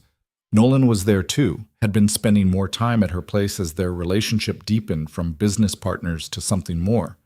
He was in the kitchen making dinner, humming off-key, comfortable in her space in a way Adrian never had been. "You okay?" he called out. "You've been standing there for 5 minutes." "I'm good." Vivian walked into the kitchen, wrapped her arms around him from behind, just thinking about how different everything is now. Better different or worse different? Better, definitely better. She rested her head against his back, felt the solid warmth of him. "I never thought I'd get here. Never thought I'd feel safe again, or happy, or like myself." Nolan turned around, pulled her close. "You did that. Not me. Not anyone else. You fought for this life and you earned it.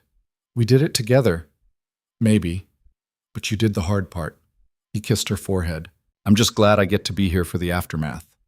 They had dinner on the back patio, watching the London sunset paint the sky orange and pink.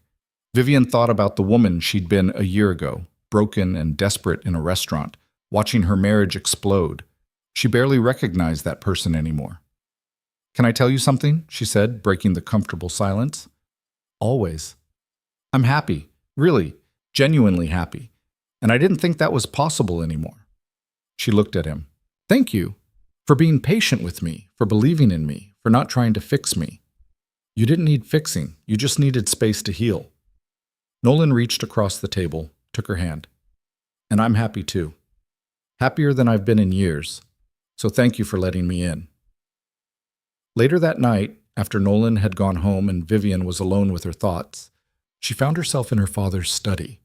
The photo of them at her wedding was still on the desk, but she'd added new ones. Her and Rebecca. Her and Nolan. Her team at the office. Pictures of a life that was messy and imperfect and completely hers. "I did it, Dad," she said to the empty room. "I got free. I built something. I'm okay." She could almost hear his response, gruff and proud, could almost feel his hand on her shoulder, the way he used to do when she was small and scared. He'd always known she was stronger than she believed. It had just taken her 9 years and a destroyed marriage to figure it out. The next morning, Vivian woke up to an email from one of the clients she'd landed with her expanded firm. A major contract, 6 figures, exactly the kind of work she'd dreamed about when she first started her business. She read it twice to make sure it was real, then called Rebecca. "I got it. The Brennan account. They want to sign." Rebecca screamed loud enough that Vivian had to hold the phone away from her ear. "Oh my God, that's huge. We're celebrating. Tonight. No arguments." They went to a wine bar in Covent Garden, the 3 of them, Vivian, Rebecca, and Nolan. Margaret joined them later, fresh from court, looking pleased with herself. "Heard about the Brennan contract," Margaret said, accepting a glass of champagne. "Congratulations, you're officially a success." "I don't know about that." "I do. A year ago, you were fighting for your life. Now you're building an empire." Margaret raised her glass. To Vivian Hale, who refused to be broken. They all drank to that. Vivian felt tears threatening again, the good kind, the kind that came from being surrounded by people who actually cared about her. "Can I make a toast?" Rebecca said, standing up with the earnestness of someone who'd had 2 glasses of wine. "To my sister, who is the strongest, smartest, most badass woman I know, who took the worst thing that ever happened to her and turned it into fuel, who didn't just survive, she won." "Hear, hear," Nolan said, kissing Vivian's temple. They stayed at the wine bar until closing, laughing and drinking and celebrating a victory that had taken a year to achieve. When Vivian finally got home, pleasantly buzzed and thoroughly happy, she found a letter waiting for her. It was from Hartwell and Sterling's legal department. A check for £23,000, Adrian's share of the money he'd stolen from the company, recovered through their criminal prosecution. A note explained that since Vivian had provided evidence that helped their case, they were passing along the recovered funds. She stared at the check, at this unexpected windfall, and felt something settle in her chest. It wasn't about the money, it was about justice, about the universe occasionally balancing the scales, about evidence that good things could happen to people who fought for themselves. She deposited the check the next day, then did something she'd been thinking about for months. She called the charity her father had supported, a foundation that helped women escape domestic violence, and made a donation in his name. £50,000, the money from Adrian's theft, plus some of her own earnings. In memory of Robert Hale, she told the woman who took the donation, who taught his daughter that she deserved better. The foundation sent her a thank you note a week later, along with information about the women they'd helped with her donation. Reading their stories, women who'd escaped abuse, rebuilt their lives, found safety, Vivian felt connected to something larger than her own experience. She wasn't just surviving anymore. She was helping others survive too. 6 months later, Vivian stood in front of a room full of business students at a London university telling her story. Not the sanitized version, but the real one. The husband who'd stolen from her, the girlfriend who'd harassed her, the legal battles and the sleepless nights and the moments when she'd wanted to give up. "People ask me if I regret the marriage," she said to the attentive crowd. "If I wish I'd never met Adrian, never wasted those years. And the honest answer is no. Because those years taught me what I was capable of. They taught me my own strength. They forced me to become the person I was always meant to be." A young woman in the front row raised her hand. "What would you say to someone who's in a bad relationship but scared to leave?" Vivian thought about that woman she'd been, sitting in Lumiere, watching her world crack apart. "I'd say fear is normal, but staying because you're scared is different from staying because you want to. And if you're staying only because leaving seems impossible, it's not. It's hard, it's painful, it costs more than you think you can afford. But it's possible. And on the other side of that fear is a life that's actually yours." The talk ended to applause. Several students approached her afterward with questions, with their own stories, with the kind of hope that came from seeing someone who'd survived the unsurvivable. Vivian gave them her business card, told them to reach out if they needed advice, and meant it. She was walking to her car when her phone rang. An unknown number, which she normally wouldn't answer, but something made her pick up. "Mrs. Hale? This is Officer Chen with the Metropolitan Police. I'm calling about Adrian Cross." Vivian's stomach dropped. "What happened?" "Nothing to worry about. We arrested him last night for drunk and disorderly conduct. He's been asking to speak with you." "Tell him no." "We tried. He's quite insistent. Says he needs to apologize, that it's important." The officer paused. "You're under no obligation to see him. I just wanted to inform you of the request." Vivian thought about it. Thought about the man who'd destroyed their marriage, stolen her money, harassed her for months. The man who'd spent 90 days in jail and apparently learned nothing. "I'll think about it." She didn't have to think long. The answer was no. Had always been no. Would always be no. She called the police station back 20 minutes later and left a message. "Tell Adrian Cross that I wish him well, but I have nothing to say to him. Our business is concluded." That should have been the end. But 3 days later, a letter arrived at her office. From Adrian, postmarked from wherever he was living now. She almost threw it away unopened, but curiosity won. Inside was a single page, handwritten, smudged like it had been written and rewritten multiple times. "Vivian, I know you told the police you don't want to hear from me, and I'll respect that. This is the last time I'll try to reach you. I just need to say this, even if you never read it. I'm sorry. Not the performative kind of sorry where I try to make excuses or minimize what I did. I'm genuinely, deeply sorry for everything. For the affair, for the theft, for the way I treated you, for trying to paint you as the villain when I was the one who destroyed everything good we had. You deserved so much better than what I gave you. You deserved honesty, respect, partnership. Instead, I gave you lies and betrayal and financial abuse. I don't expect forgiveness. I don't deserve it. I just wanted you to know that I understand now what I threw away. I see it clearly, finally, and it makes me sick to realize how badly I hurt you. You're going to have an amazing life. You probably already do.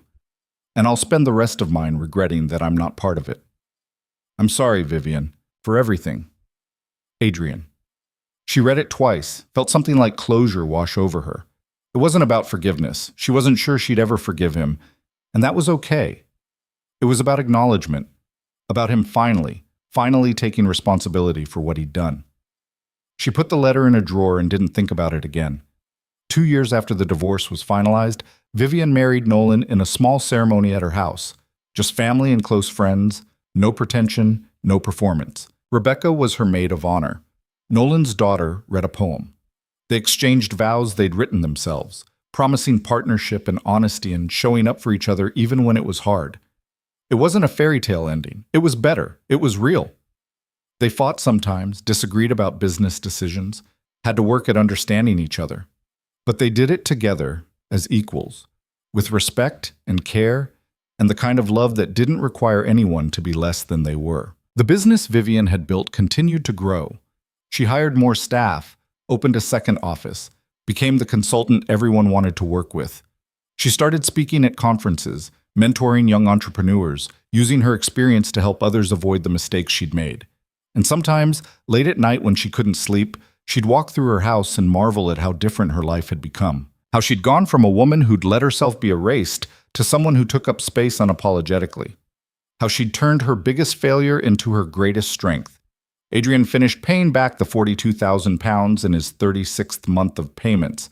Vivian received the final installment with barely a flicker of emotion. The money had never really been the point. The point was that he'd been held accountable, that justice had been served, that she'd refused to be a victim. She donated that final payment to the domestic violence charity too, along with a note, in celebration of freedom.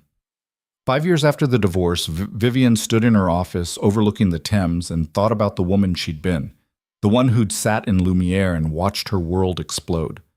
That woman felt like a stranger now, someone she'd known briefly and left behind. "You okay?" Nolan asked, coming up behind her, wrapping his arms around her waist. "More than okay." She leaned back against him, solid and safe. "Just thinking about how far I've come." "We've come." "No." She turned to face him. "I've come. You walked beside me, but I did the hard work. I fought the battles. I became this person." She touched his face. "And I'm grateful you're here. But this life, this strength, this peace, I built that myself." He smiled, proud and loving. "Yes, you did. You." That night, Vivian deleted every photo of Adrian from her phone, every email, every reminder that he'd once been part of her life. She kept the lessons he'd taught her, about her own strength, about red flags, about the difference between love and control. But the man himself? He could fade into memory, into history, into the past where he belonged. She was free. Completely, finally free. And the life stretching out ahead of her was more beautiful than any she could have imagined in that restaurant 2.5 years ago. Adrian had thought betrayal would destroy her. Instead, it had forced her to become stronger, sharper, and completely untouchable. What he'd meant as her ending had become the beginning of everything she was always meant to be. And in the end, that was the greatest victory of all.